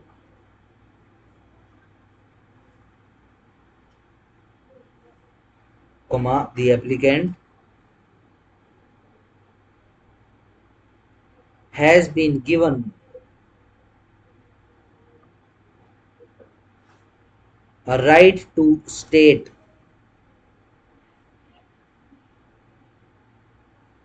the fact of order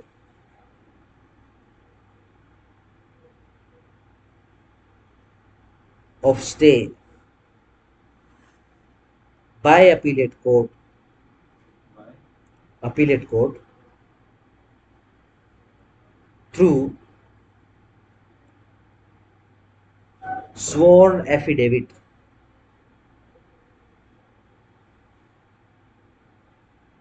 filed before executing court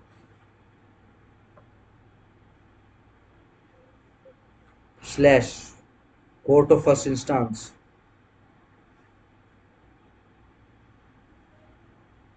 slash etc. Full stop. That on receiving such affidavit, the executing court, if other conditions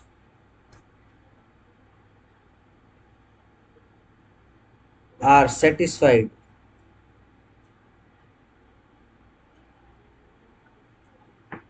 shall stay the execution proceedings.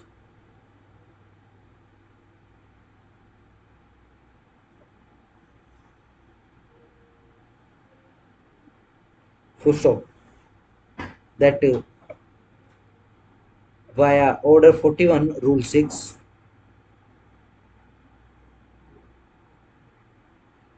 it is also provided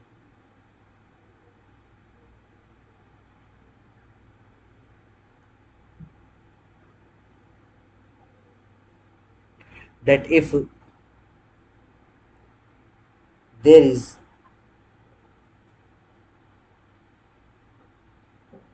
no stay of execution but an appeal is pending,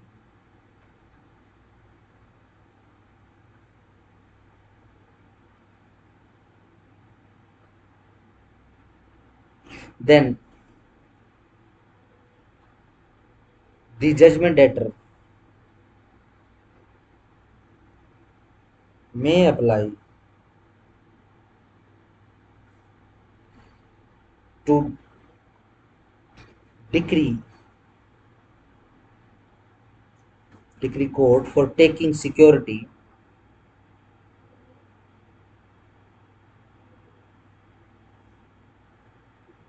for restitution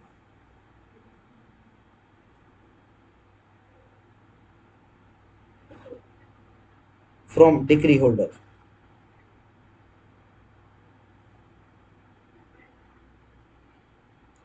para अलग करो जरा. Rule 26 order 21 या order 21 rule 26 जो भी जैसे लिखना है, provides that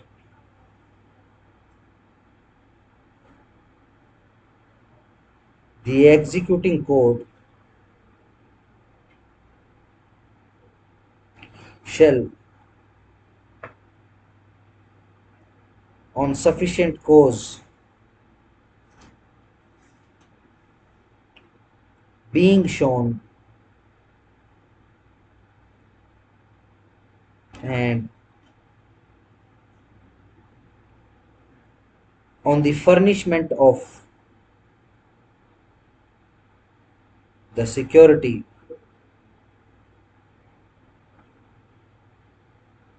by the judgment debtor,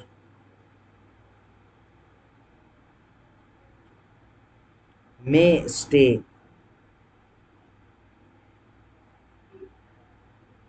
the execution of decree.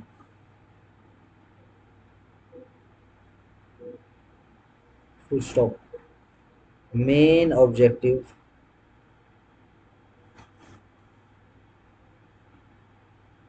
of granting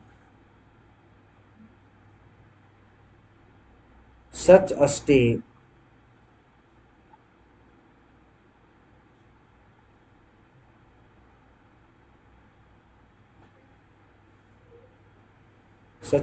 is to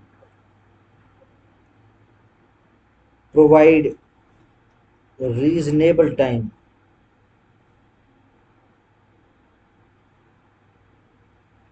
to enable the judgment debtor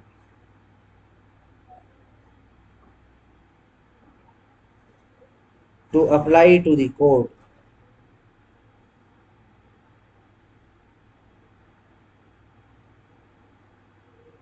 of first instance which passed the decree or to the appellate court for an order of stay, an order of stay the execution. Full stop.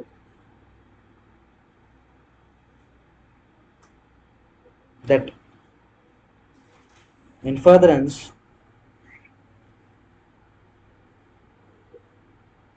via rule 28 of order 21, it is laid down that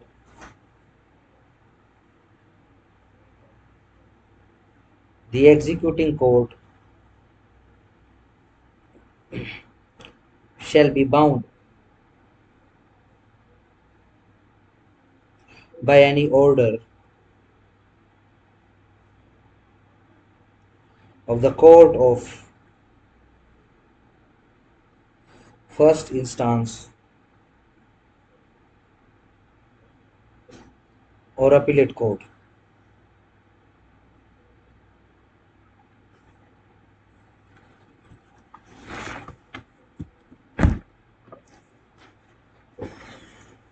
आओ जी आओ rule 30 mode of execution simple decree for payment of money mode का क्या मतलब होता है तरीका ठीक है ना एग्जीक्यूशन के तरीके क्या क्या है कहां से शुरू हो रहा है 30 से शुरू हो रहा है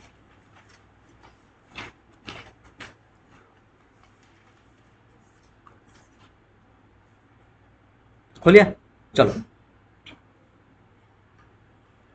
पेमेंट ऑफ मनी को बॉक्स करो स्पेसिफिक आएगा मनी डिक्री एग्जीक्यूट करनी है मोड्स कहां मेंशन है ठीक है ना every decree for payment of money including a decree for payment of money as the alternative to some other relief एक तो डायरेक्ट मनी डिक्री या फिर अल्टरनेटिव डिक्री भैया तो आप स्पेसिफिक परफॉर्मेंस कर दो अगर वो पॉसिबल नहीं है जी वो तो पॉसिबल नहीं है वो तो सती दादी के गला चुका हूं मैं ठीक कोई बात नहीं फिर पैसे में करेगा ठीक है ना मे बी एग्जीक्यूटेड कैसे by the detention in civil prison underline दूसरा सवाल क्या आएगा कैसे हो सकता है एग्जीक्यूशन उसको सिविल प्रिजन में डाल के और जजमेंट डेटर को और सर्कल करो बाय द अटैचमेंट एंड के ऊपर प्लस लगाओ सेल ऑफ हिज प्रॉपर्टी और को फिर से सर्कल करो बाय बोथ तो कितने तरीके से कितने मोड हो गए 3 डन सही डायरेक्ट क्वेश्चन या फिर प्रोसीजर डन सिंपल चलो जी आप आ जाओ अगर पेमेंट ऑफ मनी आपने एग्जीक्यूट करवाना है तो सिविल प्रिजन में डलवा दो प्रॉपर्टी अटैच एंड सेल इसका ध्यान रखोगे अटैचमेंट एंड सेल है कि नहीं है ठीक है जी अटैचमेंट ठीक है जी और सेल है अटैचमेंट सेल है एंड है ही नहीं बीच में ठीक है जी सेल है इसका ध्यान रखोगे आप ये पर से आपको ध्यान रखना पड़ेगा ठीक है ना लेट से मेरे माइंड से स्किप हो जाए या फिर बातों में भी सवाल जवाब में मैं कहना भूल जाऊं ठीक है ना ये ध्यान रखना आपने सेल कैसी है अटैचमेंट कैसी है अकेली है ठीक है जी या फिर साथ में है ये ध्यान रखोगे सवाल बन जाएगा जहां भी अकेली होगी सवाल बन जाएगा आओ जी decree for specific movable property decree किसके लिए स्पेसिफिक मूवेबल प्रॉपर्टी के लिए है यानी वही स्पेसिफिक मूवेबल प्रॉपर्टी आपको लौटानी है where the decree is for any specific movable or any share in a specific movable बिल्कुल सही बात है जी स्पेसिफिक मूवेबल को जरा बॉक्स कर लेना it may be executed by the seizure ठीक है जी सबसे पहला रास्ता क्या है वो दादी सती के कंगन सीज करवा लो ठीक है ना भाई बजाज का स्कूटर चलाता है बड़े वाला वो पुराने वाला बड़े वाला क्या है ना, बिल्कुल गोल लाइट का होता, देखा किसी ने? Yes. बड़ा पतला सा मुंह होता था उसको, ठीक है ना, चुरली सा मुंह होता था उसका यूं करके, ठीक है जी। सीजर, ठीक है ना, नंबर 1 लगा लिया आपने इसके ऊपर। इफ प्रैक्टिकेबल, यदि ऐसा प्रैक्टिकेबल है तो, ऑफ द मूवेबल और शेयर या फिर शेयर का, and by delivery thereof to the party to whom it has been adjust, ठीक है जी। एंड के ऊपर प्लस लगाओ, डिलीवरी को बॉक्स कर लो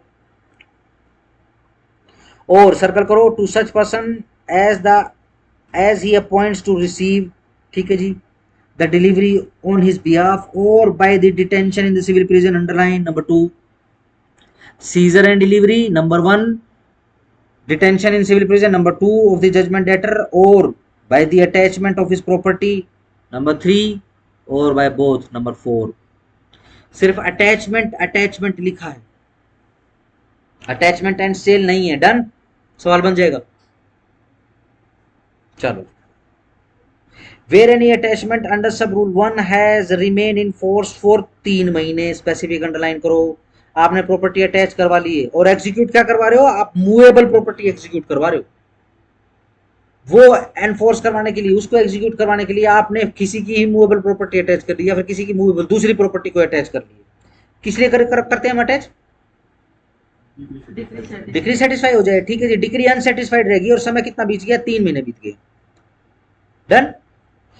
if the judgment debtor has not obeyed the decree, अगर जजमेंट डेटर ने डिक्री ओबे नहीं करी है, and the decree holder has applied to have the attach property sold, और जो अपना डिक्री होल्डर उसने एप्लीकेशन लगा दी कि प्रॉपर्टी आप अटैच करके बैठे हुए हो जी, आप 3 महीने हो चुके हैं, ठीक है ना, डिक्री अनसेटिस्फाई आज तक, आप इसको बेच दो, ठीक है जी।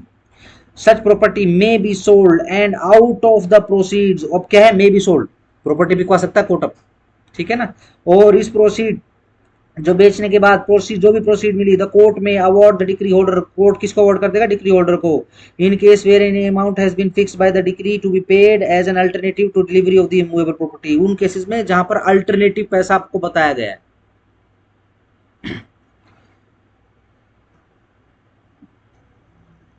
सच amount and in other cases such compensation as a thinks fit, और दूसरे केसेस में क्या? कंपनसेशन जाएगा, ठीक है ना। स्पेसिफिक परफॉर्मेंस तो तभी होगी जब ये संभव हो, समझ पा रहे हो? अगर असंभव हो चुकी है तो फिर क्या? फिर तो भैया या तो अल्टरनेटिव में पैसा जाएगा। अल्टरनेटिव में पैसा किसके पास जाएगा? उन केसेस के अंदर जाएगा, उन बंदों के पास जाएगा जो बेसिकली अल्टरनेटिवली कंपनसेट, क्या बोलते हैं, पैसा लेने के लिए तैयार है। कोई अड़ के बैठ जाए, नहीं भाई मेरे तो श्राइन का था जी वो,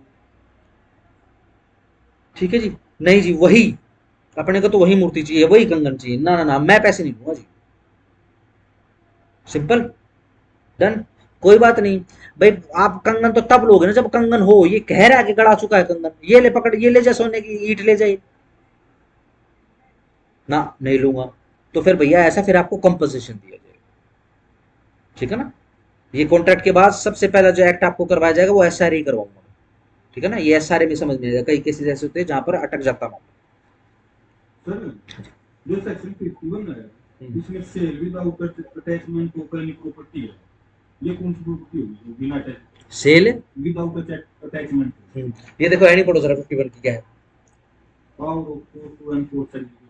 ठीक है जी। किसमें है ये? आज हम इसके अंदर हम पढ़ेंगे तो ये बेसिकली क्या है, रिप्रेजेंटेटिव और ये अपना 50-50 पार्टनरशिप वाले वो वाले मैटर है, ठीक है ना। हाँ, अगर आप स्पेसिफिक पूछ रहे हो तो स्पेसिफिक केस जरा बताओ क्या था, दोबारा से question.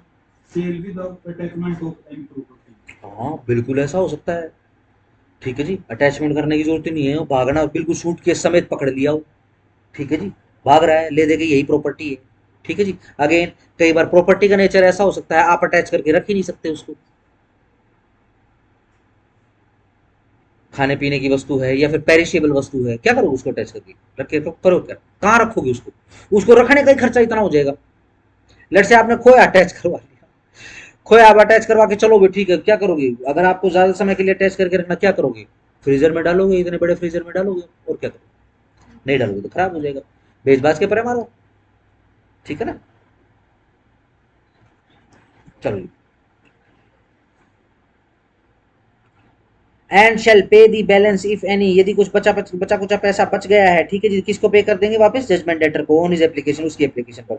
Where the judgment debtor has obeyed the decree, और उन केसेस में जहां पर जजमेंट डेटर ने ओबे कर दिया है डिक्री को, और सारा का सारा cost of the executing same has been bound by to pay, उसने पे कर दिया है, और where at the end of the 3 महीने from the date of the attachment no application have been made by have application to have the property sold has been made, or if made has been refused, the attachment shall cease।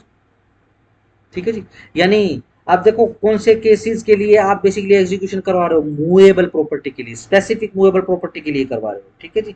अब क्या है, 3 महीने के लिए attach करवा दिया, 3 महीने के अटैच करवाने के बाद दो ही केस हो सकते हैं, या तो वो डिग्री सेटिस्फाई हो जाएगी या फिर डिग्री सेटिस्फाई नहीं होगी। अगर डिग्री सेटिस्फाई नहीं होगी तो डिग्री ऑर्डर कोर्ट में जाएगा और एप्लीकेशन लगाएगा कि जो आपने प्रॉपर्टी यहाँ पे अटैच करके रखी हुई जी उसको बेच दो। कोर्ट को ठीक लगेगा तो उसको बेच देगी कोर्ट। ठीक है जी।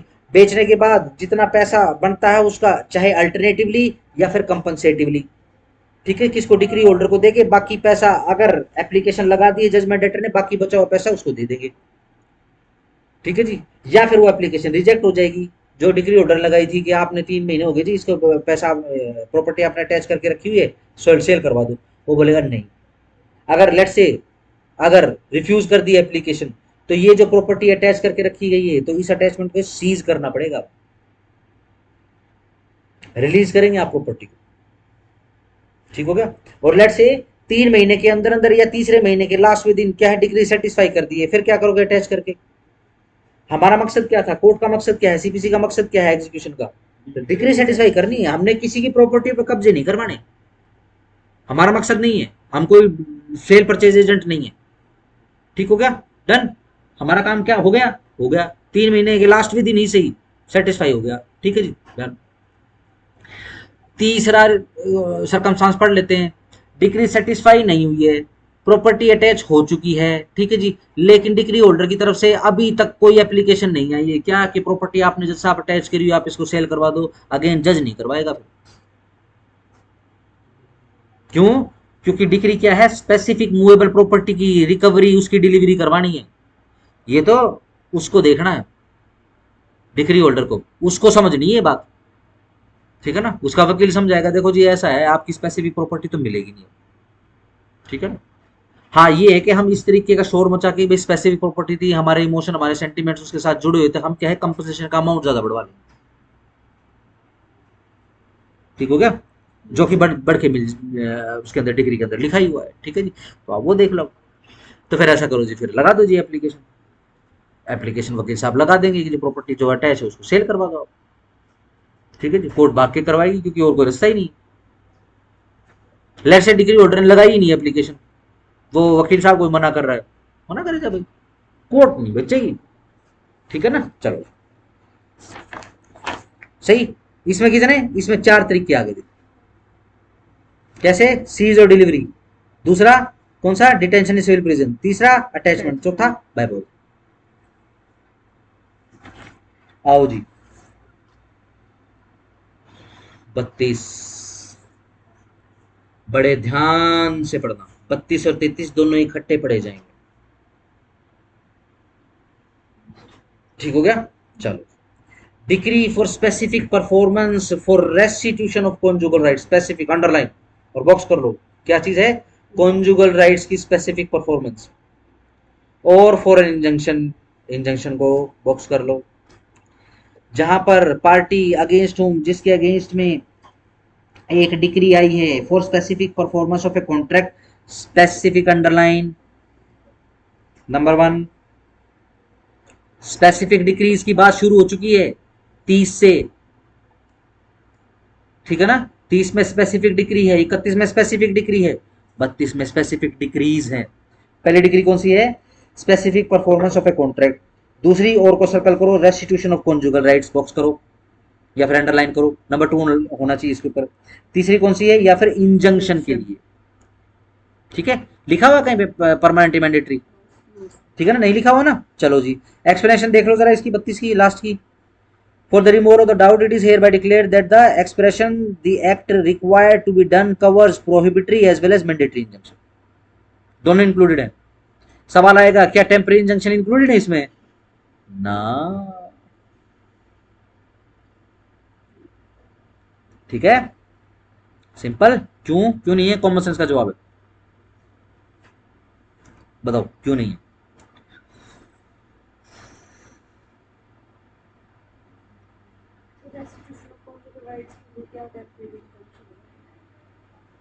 कोई बात नहीं, स्पेसिफिक परफॉर्मेंस ऑफ कॉन्ट्रैक्ट में हो सकता है, इंजंक्शन के केसेस में हो सकता है ना, प्रोहिबिटरी इंजंक्शन या फिर परमानेंट या फिर मैंडेटरी इंजंक्शन, साथ साथ में टेम्पररी इंजंक्शन मांग ले। मेरा सवाल सिंपल है कि क्यों नहीं डाल रहे हैं यहाँ पर, क्योंकि वो डिक्री नहीं है। यस, कभी भी टेम्पररी इंजंक्शन कभी भी डिक्री नहीं होती, हमेशा ऑर्डर होता हो। प्रोहिबिटरी हो, परमानेंट हो या फिर मैंडेटरी हो, वो हमेशा डिक्री के रूप में मिलता है। ठीक हो गया, शाबाश, आगे आ जाओ। Has been passed, has had an opportunity of obeying the decree, opportunity भी दी गई उसको कि ओबे कर ले डिक्री को, and has wilfully fail, and के ऊपर प्लस लगाओ और विलफुली फेल्ड को अंडरलाइन कर लो। जानबूझ के फेल कर दिया उसने to obey it, the decree may be enforce, अब इस डिक्री को एनफोर्स कराया जाएगा in the case of a decree, किस केस में, अगर वो decree restitution of conjugal rights के लिए, तो कैसे, by the attachment of his, HIS को स्पेसिफिक अंडरलाइन करोगे, हिज प्रॉपर्टी, हर प्रॉपर्टी ना है। जज साहब की नौकरी के कागज रखवा लेंगे अगर हर प्रॉपर्टी समझ लेगा तो, यहाँ समझ गए ना, डन, स्पेसिफिक है, लॉर्ड लिटरली है, यहाँ पे हिज है तो हिज ही समझेंगे आप। और यदि वो केस कौन सा है, specific performance of a contract है या फिर इंजंक्शन का केस है, by his detention, yes, his detention, कहा, in the civil prison. His क्यों है यहाँ पे, ये तो हम पढ़ चुके हैं, क्योंकि हर को तो डिटेन कर ही नहीं सकते, और by the attachment of his property, और बाय, अगर रेस्टिट्यूशन ऑफ कॉन्जुगल राइट का केस है तो हिज प्रॉपर्टी को अटैच कर लेंगे। ठीक है जी, सिंपल हो गया, डन, सिंपल। चलो इसको जरा करना पड़ेगा क्योंकि 33 भी पढ़ना पड़ेगा इसके साथ।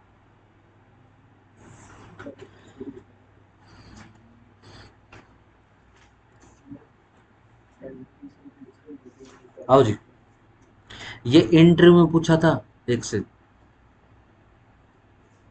रूल 32-33, ध्यान रखो, ये कल परसों ही मैं आपको कह रहा था कि ये उस पोर्शन की में पहुंच चुके हैं जो इंटरव्यूज में बहुत पूछे जाते हैं, इन जनरल पूछे जाते हैं। ठीक है ना, क्योंकि इंटरव्यूअर को पता है बच्चा सब कुछ रट के आया होगा, एग्जीक्यूशन नहीं पढ़ा होगा, तो एग्जीक्यूशन में से जानबूझ के सवाल पूछे। ठीक है ना, टिकलिंग करेंगे। ठीक है जी, चलो जी, देखो जी, रूल 32 में 3 प्रकार के केस आ गए, RCR, ब्रीच ऑफ कॉन्ट्रैक्ट और इंजंक्शन। ठीक हो गया, मैं डीप पे नहीं जा रहा हूँ कि इंजंक्शन कौन सी इंजंक्शन है और कौन सी इंजंक्शन नहीं है, वो अपने आप समझ रहा हूँ। ठीक है जी, चलो जी, अगर RCR है तो क्या क्या क्या मोड है, yes, property attached, simple, H लिख रहा हूं, H फॉर हस्बैंड, ठीक है ना, हस्बैंड, सिंपल। मैं तो बाट देख रहा हूं जब ये सेम जेंडर के जाएंगे और जब सुप्रीम कोर्ट का सिर खोपड़ा खाएंगे और सुप्रीम कोर्ट बोलेगा हीज कौन सा है, हीज कौन से की प्रॉपर्टी अटैच करें। ठीक है ना, फिर वोकनेस का टेम्परेचर चेक करेंगे। चलो डन, और कोई तरीका पता है क्या, देखो और कोई तरीका पता है, पढ़ो, कंप्यूटर। हाँ जी, in case of restitution of conjugal rights by the attachment of his property, और in case of a decree for specific performance of a contract या फिर इंजंक्शन, कैसे, by detention in civil prison, attachment of his property, और by both, और इन दोनों case के अंदर प्रिजन या सिविल, यस सिविल, ये लो, और प्रॉपर्टी अटैच और बोथ, यहाँ पे 3 तरीके हैं, तो टोटल कितने हो गए, 1 2 3 4, स्पेसिफिक पूछे तो 1, स्पेसिफिक पूछे तो 3, डन हो गया, स्पेसिफिक है ये। RCR में क्या आप सिविल प्रिजन में भेज सकते हो क्या, तो स्पेसिफिक हो गया। ठीक हो गया, वैसे क्यों नहीं भेज सकते भाई, RCR में तो भेजते तो हैं। ठीक है ना, ध्यान रखना, ये RCR का अभी खत्म नहीं हुआ है, यहाँ पे अभी रूल 33 आएगा। ठीक हो गया, चलो जी रिज्यूम करो। Where the party against whom the decree for specific performance of an injunction has been passed is a corporation. अगर जिसके अगेंस्ट में इंजंक्शन पास होकर रखी है वो कौन है? कॉर्पोरेशन है। The decree may be enforced by the attachment of the property of the corporation or with the leave of the court by the detention in the civil prison of the directors. Underline civil prison के अंदर directors को box करो, और the principal officers को box करो, thereof or by both attachment and detention. Done हो गया। अब देखो टाटा कंपनी को तो अंदर बंद करने से रहे, लेकिन ठीक है ना, मैं ये नहीं कह रहा हूँ डायरेक्ट टाटा कंपनी वो करती, फ्रॉड करती, ठीक है, ये मत समझ जाना, ठीक है ना।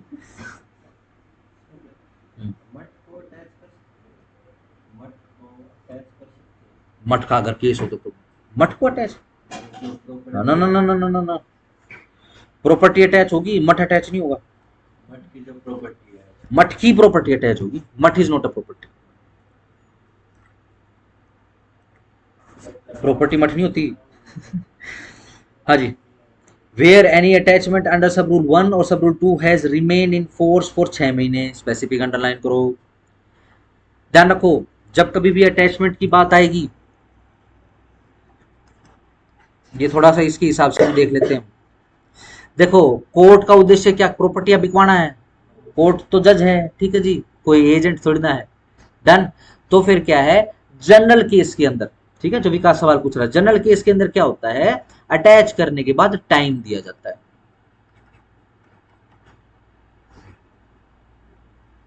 ठीक है, टाइम दिया जाता है। तेरी प्रॉपर्टी अटैच कर ली, हम बेच देंगे, ठीक है, तो इसका मतलब तू क्या कर, डिक्री सेटिस्फाई कर दे, देख ले, ठीक है ना।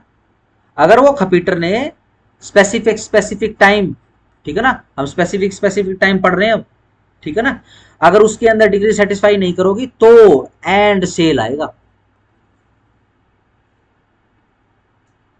अब इसके अंदर भी डिग्री होल्डर क्या बोलेगा, अब इसके अंदर 6 महीने का समय आ गया, समय हो चुका है, बीत चुका है, और डिग्री सेटिस्फाई नहीं है, तो डिग्री होल्डर क्या करेगा, कोर्ट में जाएगा, एग्जीक्यूटिव कोर्ट में, देखो जी आपने प्रॉपर्टी अटैच करके रखी 6 महीने छोड़ दो, सब 8 महीने हो चुके हैं, ठीक है जी, जब भी जाओ तो गोली दे देता है, कर दूंगा कर दूंगा कर दूंगा कर दूंगा, ना करता है ना मना करता है, आप सेल पे लगाओ जी, ठीक है जी, प्रॉपर्टी डिटेल तो आ चुकी है, ठीक है जी, फटाफट से सेल पे लगा दें, ऑर्डर लगा देंगे, ठीक है जी। अब अगेन ऑर्डर कर दिया है तो भी इसका मतलब ये नहीं कि आज ऑर्डर हो गया तड़के सेल हो जाएगी, सेल के ऑर्डर हो जाएंगे, अब उसकी सेल की कार्रवाई शुरू हो जाएगी। ठीक हो गया, सिंपल, सिर्फ किस लिए, ताकि अपना तो काम, सीधी सिंपल सी बात है, डिग्री सेटिस्फाई अपना काम कर। डन। आओ जरा आगे, 6 महीने हो चुके हैं। If the judgment letter has not obeyed the decree and the decree holder has applied to have the attached property sold, such property may be sold and out of the proceed of the court may award to the decree holder such compensation as thinks fit and shall pay the balance। कितना वापस judgement letter को दे देंगे। ये line समझ में आ रही है ना, जितने से डिग्री सेटिस्फाई हो जाएगी वो पैसा तो डिग्री होल्डर को, बाकी जरूरी थोड़ा ना है कि भाई देखो प्रॉपर्टी तो ज्यादा से ज्यादा में बिकेगी, ऐसा नहीं है कि सरकारी काम हो तो बोलियां कम लगेंगी, ये देखो सरकारी है, ये अपनी इस लाइन में आगे जाते हैं ना, ठीक है ना, वो देखा हुआ ना गेट सा लगा हुआ है ऐसे अपनी इसी लाइन में, है ना, बीच में गेट है, बिल्कुल कोने पे गेट नहीं है, ठीक है ना, एक शोरूम बाहर है, उसकी बोली लगी थी, सरकारी है ये, बोली लगी थी, और ये वाली बोली है नहीं, ये तो अलग है, ठीक है ना, ये अटैच प्रॉपर्टी नहीं है ना, यस, ये तो वैसे ऑप्शन हुआ था, क्योंकि इनकी जो सेल परचेज है वो ऑप्शन से ही होती है, ठीक है जी। कितने में लगी हुई, वो शोरूम देखा, अच्छा बड़ा शोरूम, इतना बड़ा शोरूम, इससे इससे छोटा, कितना, इतने में बढ़ गई थी कि बोली ही कैंसिल करनी पड़ी, ऑक्शन कैंसिल करना पड़ा, ठीक है जी, 1.5 करोड़ तक चली गई थी, उठा के फिर कैंसिल कर दिया भाई, ठीक है ना। मैं को ये जो ओपिनियन वाले चैनल नहीं होते यूट्यूब का, मैं पता नहीं, कई बार मेरा ना एंटरटेनमेंट करने का मन हो जाता है तो मैं पाकिस्तानी ओपिनियन चैनल लगा लेता हूँ, उसमें भाई साहब एक से बढ़ के एक धुरंधर सेनापति आता है भाई साहब, centre of gravity, economic challenge, पता नहीं क्या क्या बोलते रहते हैं, तो भाई साहब एक आया गधा था वो, ठीक है जी, साढ़े 2 पैरों पे चलते हैं वहां पे, ठीक है ना, चलो जी, वो आके खड़ा हुआ अब उसने देखा कि भाई कैमरा चला हुआ तो वो लग गया, मुंह तो दे ही रखा अल्लाह ने, तो करना क्या है, बस बोलो। ठीक है जी, तो वो बोलता है क्या कि हमारा मुल्क ऐसा मुल्क है कि सरकार गरीब है, लोग अमीर हैं, साढ़े लोगों के पास बहुत पैसा है। ठीक है जी, और उसने क्या करा, पाकिस्तान का जो नॉर्मल आदमी जो भीख मांग के रोटी खाता वो अमीर बना दिया और सरकार गरीब बना दी। ठीक है जी, तो मैं असल में सोच रहा था कि भाई लोग बहुत अमीर है इस शहर के ना, एडमिनिस्ट्रेशन के पास तो मतलब उसके तो हाथ पैर फूल के भाई इतनी हम बोली लिखे कैसे। ठीक है जी, ये आज से डेढ़ एक साल पहले की बात बता रहा हूँ। मेरे को तो बहुतों ने बोला आप बोली लगा देते, अरे भैया, अरे भैया इतने का तो सपना भी नहीं आता।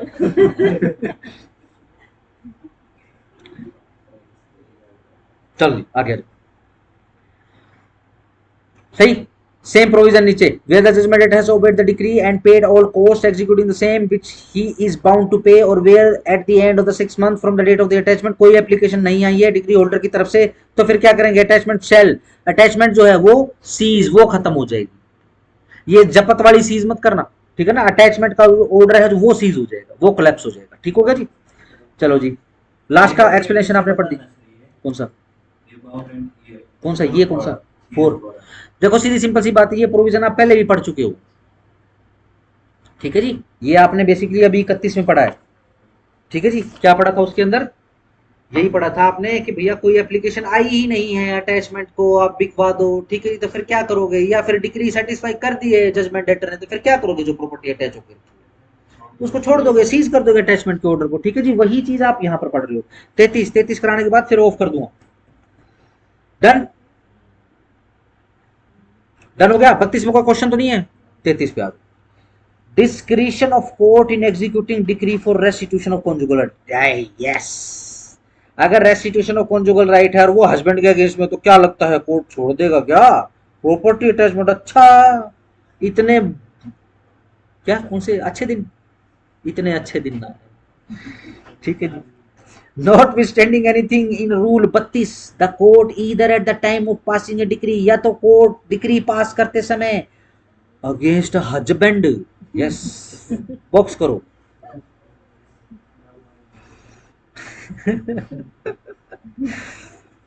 पर देखो फिर भी इतना बुरा हाल नहीं हुआ है कि भाई लड़का पैदा होते मार दे, लोग मारने लग जाएंगे थोड़े दिनों में। नारायण आ गया अगर मार देने, पढ़ के चले ठोक देंगे उसको, मार देंगे उसको।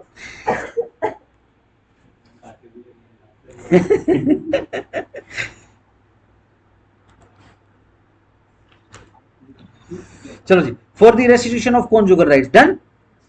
रेस्टिट्यूशन ऑफ कॉन्जुगल राइट्स की डिक्री आते समय, और वो भी हस्बैंड के अगेंस्ट में यदि डिक्री है, तो कोर्ट की डिस्क्रिप्शन अचानक जाग जाएगी। और एट एनी टाइम आफ्टरवर्ड्स, और उसके बाद भी कभी भी, मे ऑर्डर दैट, जज साहब ऑर्डर कर सकते हैं कि ये जो डिक्री है shall be executed in the manner provided in this rule, कि ये जो डिक्री आई है ना जी हस्बैंड साहब, कौन सी, रेस्टिट्यूशन ऑफ कॉन्जुगल राइट्स की, ये इस रूल के अंतर्गत जो है इसको यहाँ पर हम 32 में एग्जीक्यूट नहीं करेंगे, क्योंकि 32 में अगर करेंगे तो सिर्फ प्रॉपर्टी अटैच होगी।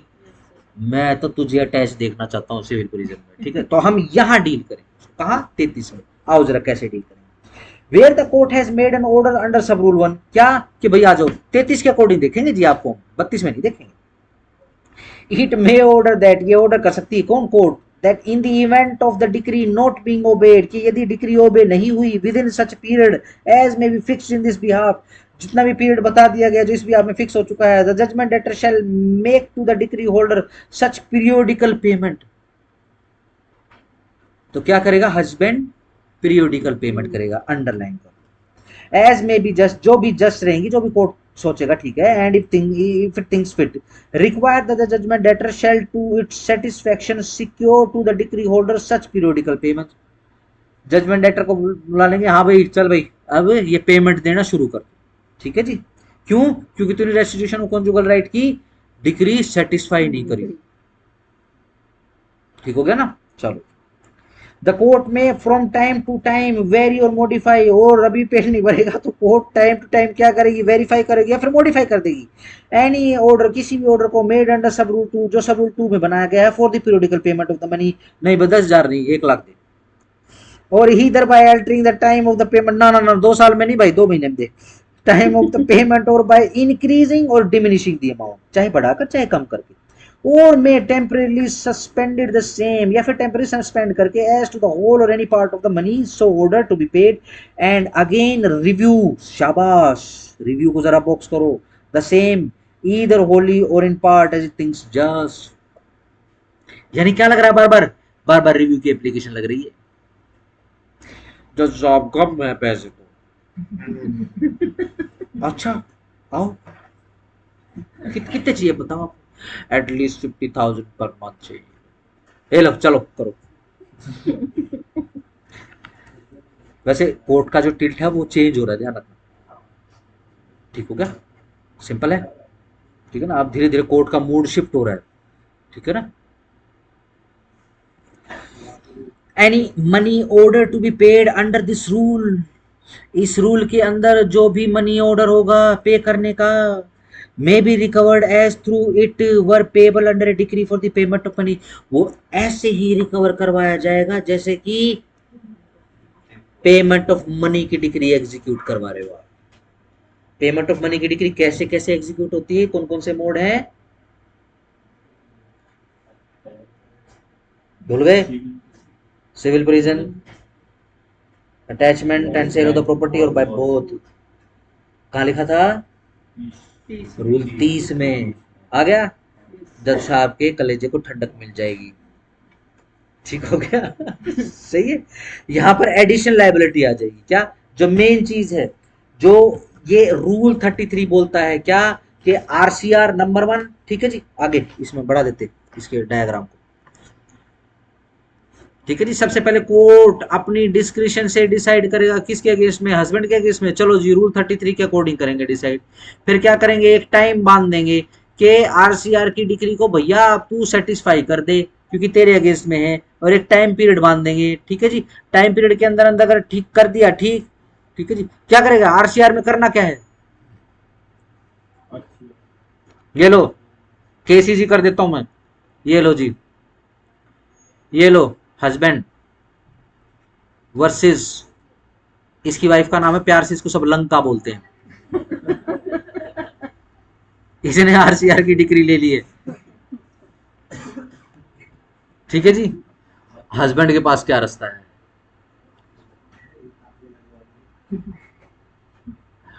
लंका गैले रहना पड़ेगा, ठीक हो गया जी। अगर नहीं रहेगा तो टाइम पीरियड बांध देगा जज साहब, ठीक है जी। टाइम पीरियड के अंदर अंतर उसने कर दिया, ठीक है, नहीं करेगा तो फिर क्या,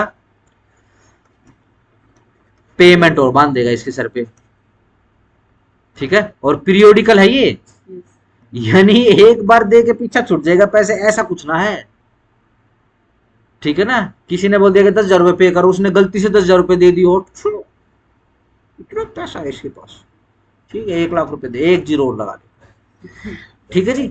और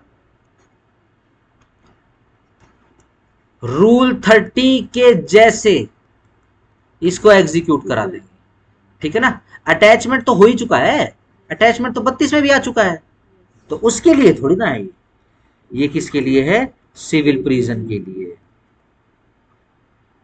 ठीक हो गया, और बोथ के लिए डन हो गया। अगर हस्बैंड के अगेंस्ट में है तो बहुत सारे तरीके हैं, ठीक है ना। Again this is the gender specific law, ठीक है ना, जिसका जब समय आएगा तब हटेगा, नहीं समय आएगा तो कोई बात नहीं, बोल बेस्ट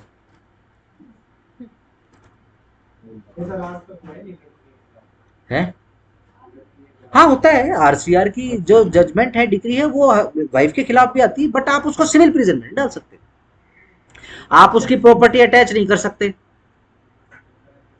बहुत तो फिर छोड़ ही दो, उसको बोलेंगे देवी मान जा, ठीक है जी, आप घर की लक्ष्मी हो, ठीक है, नहीं तो नहीं भैया, कोई बात नहीं। चलो जी, कल देखो अगेन स्पेसिफिक स्पेसिफिक चल रहा है, देखो जरा 34 की हेडिंग पढ़ो, degree for execution of document और एंडोर्समेंट ऑफ नेगोशिएबल इंस्ट्रूमेंट, ये इससे रिलेटेड है। 35 degree of immovable property, done. कल जो है मामला बहुत स्पीड से आगे बढ़ेगा, आपका मेनली पढ़ने का निकल चुका है, ठीक है। कल मेरी कोशिश रहेगी कि मैं एक गार्निशी की बची बस आपकी, मैं कल आपको अटैचमेंट ऑफ डिक्री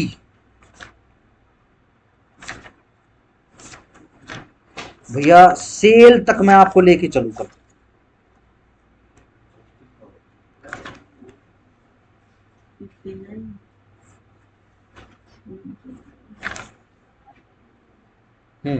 ठीक है ना।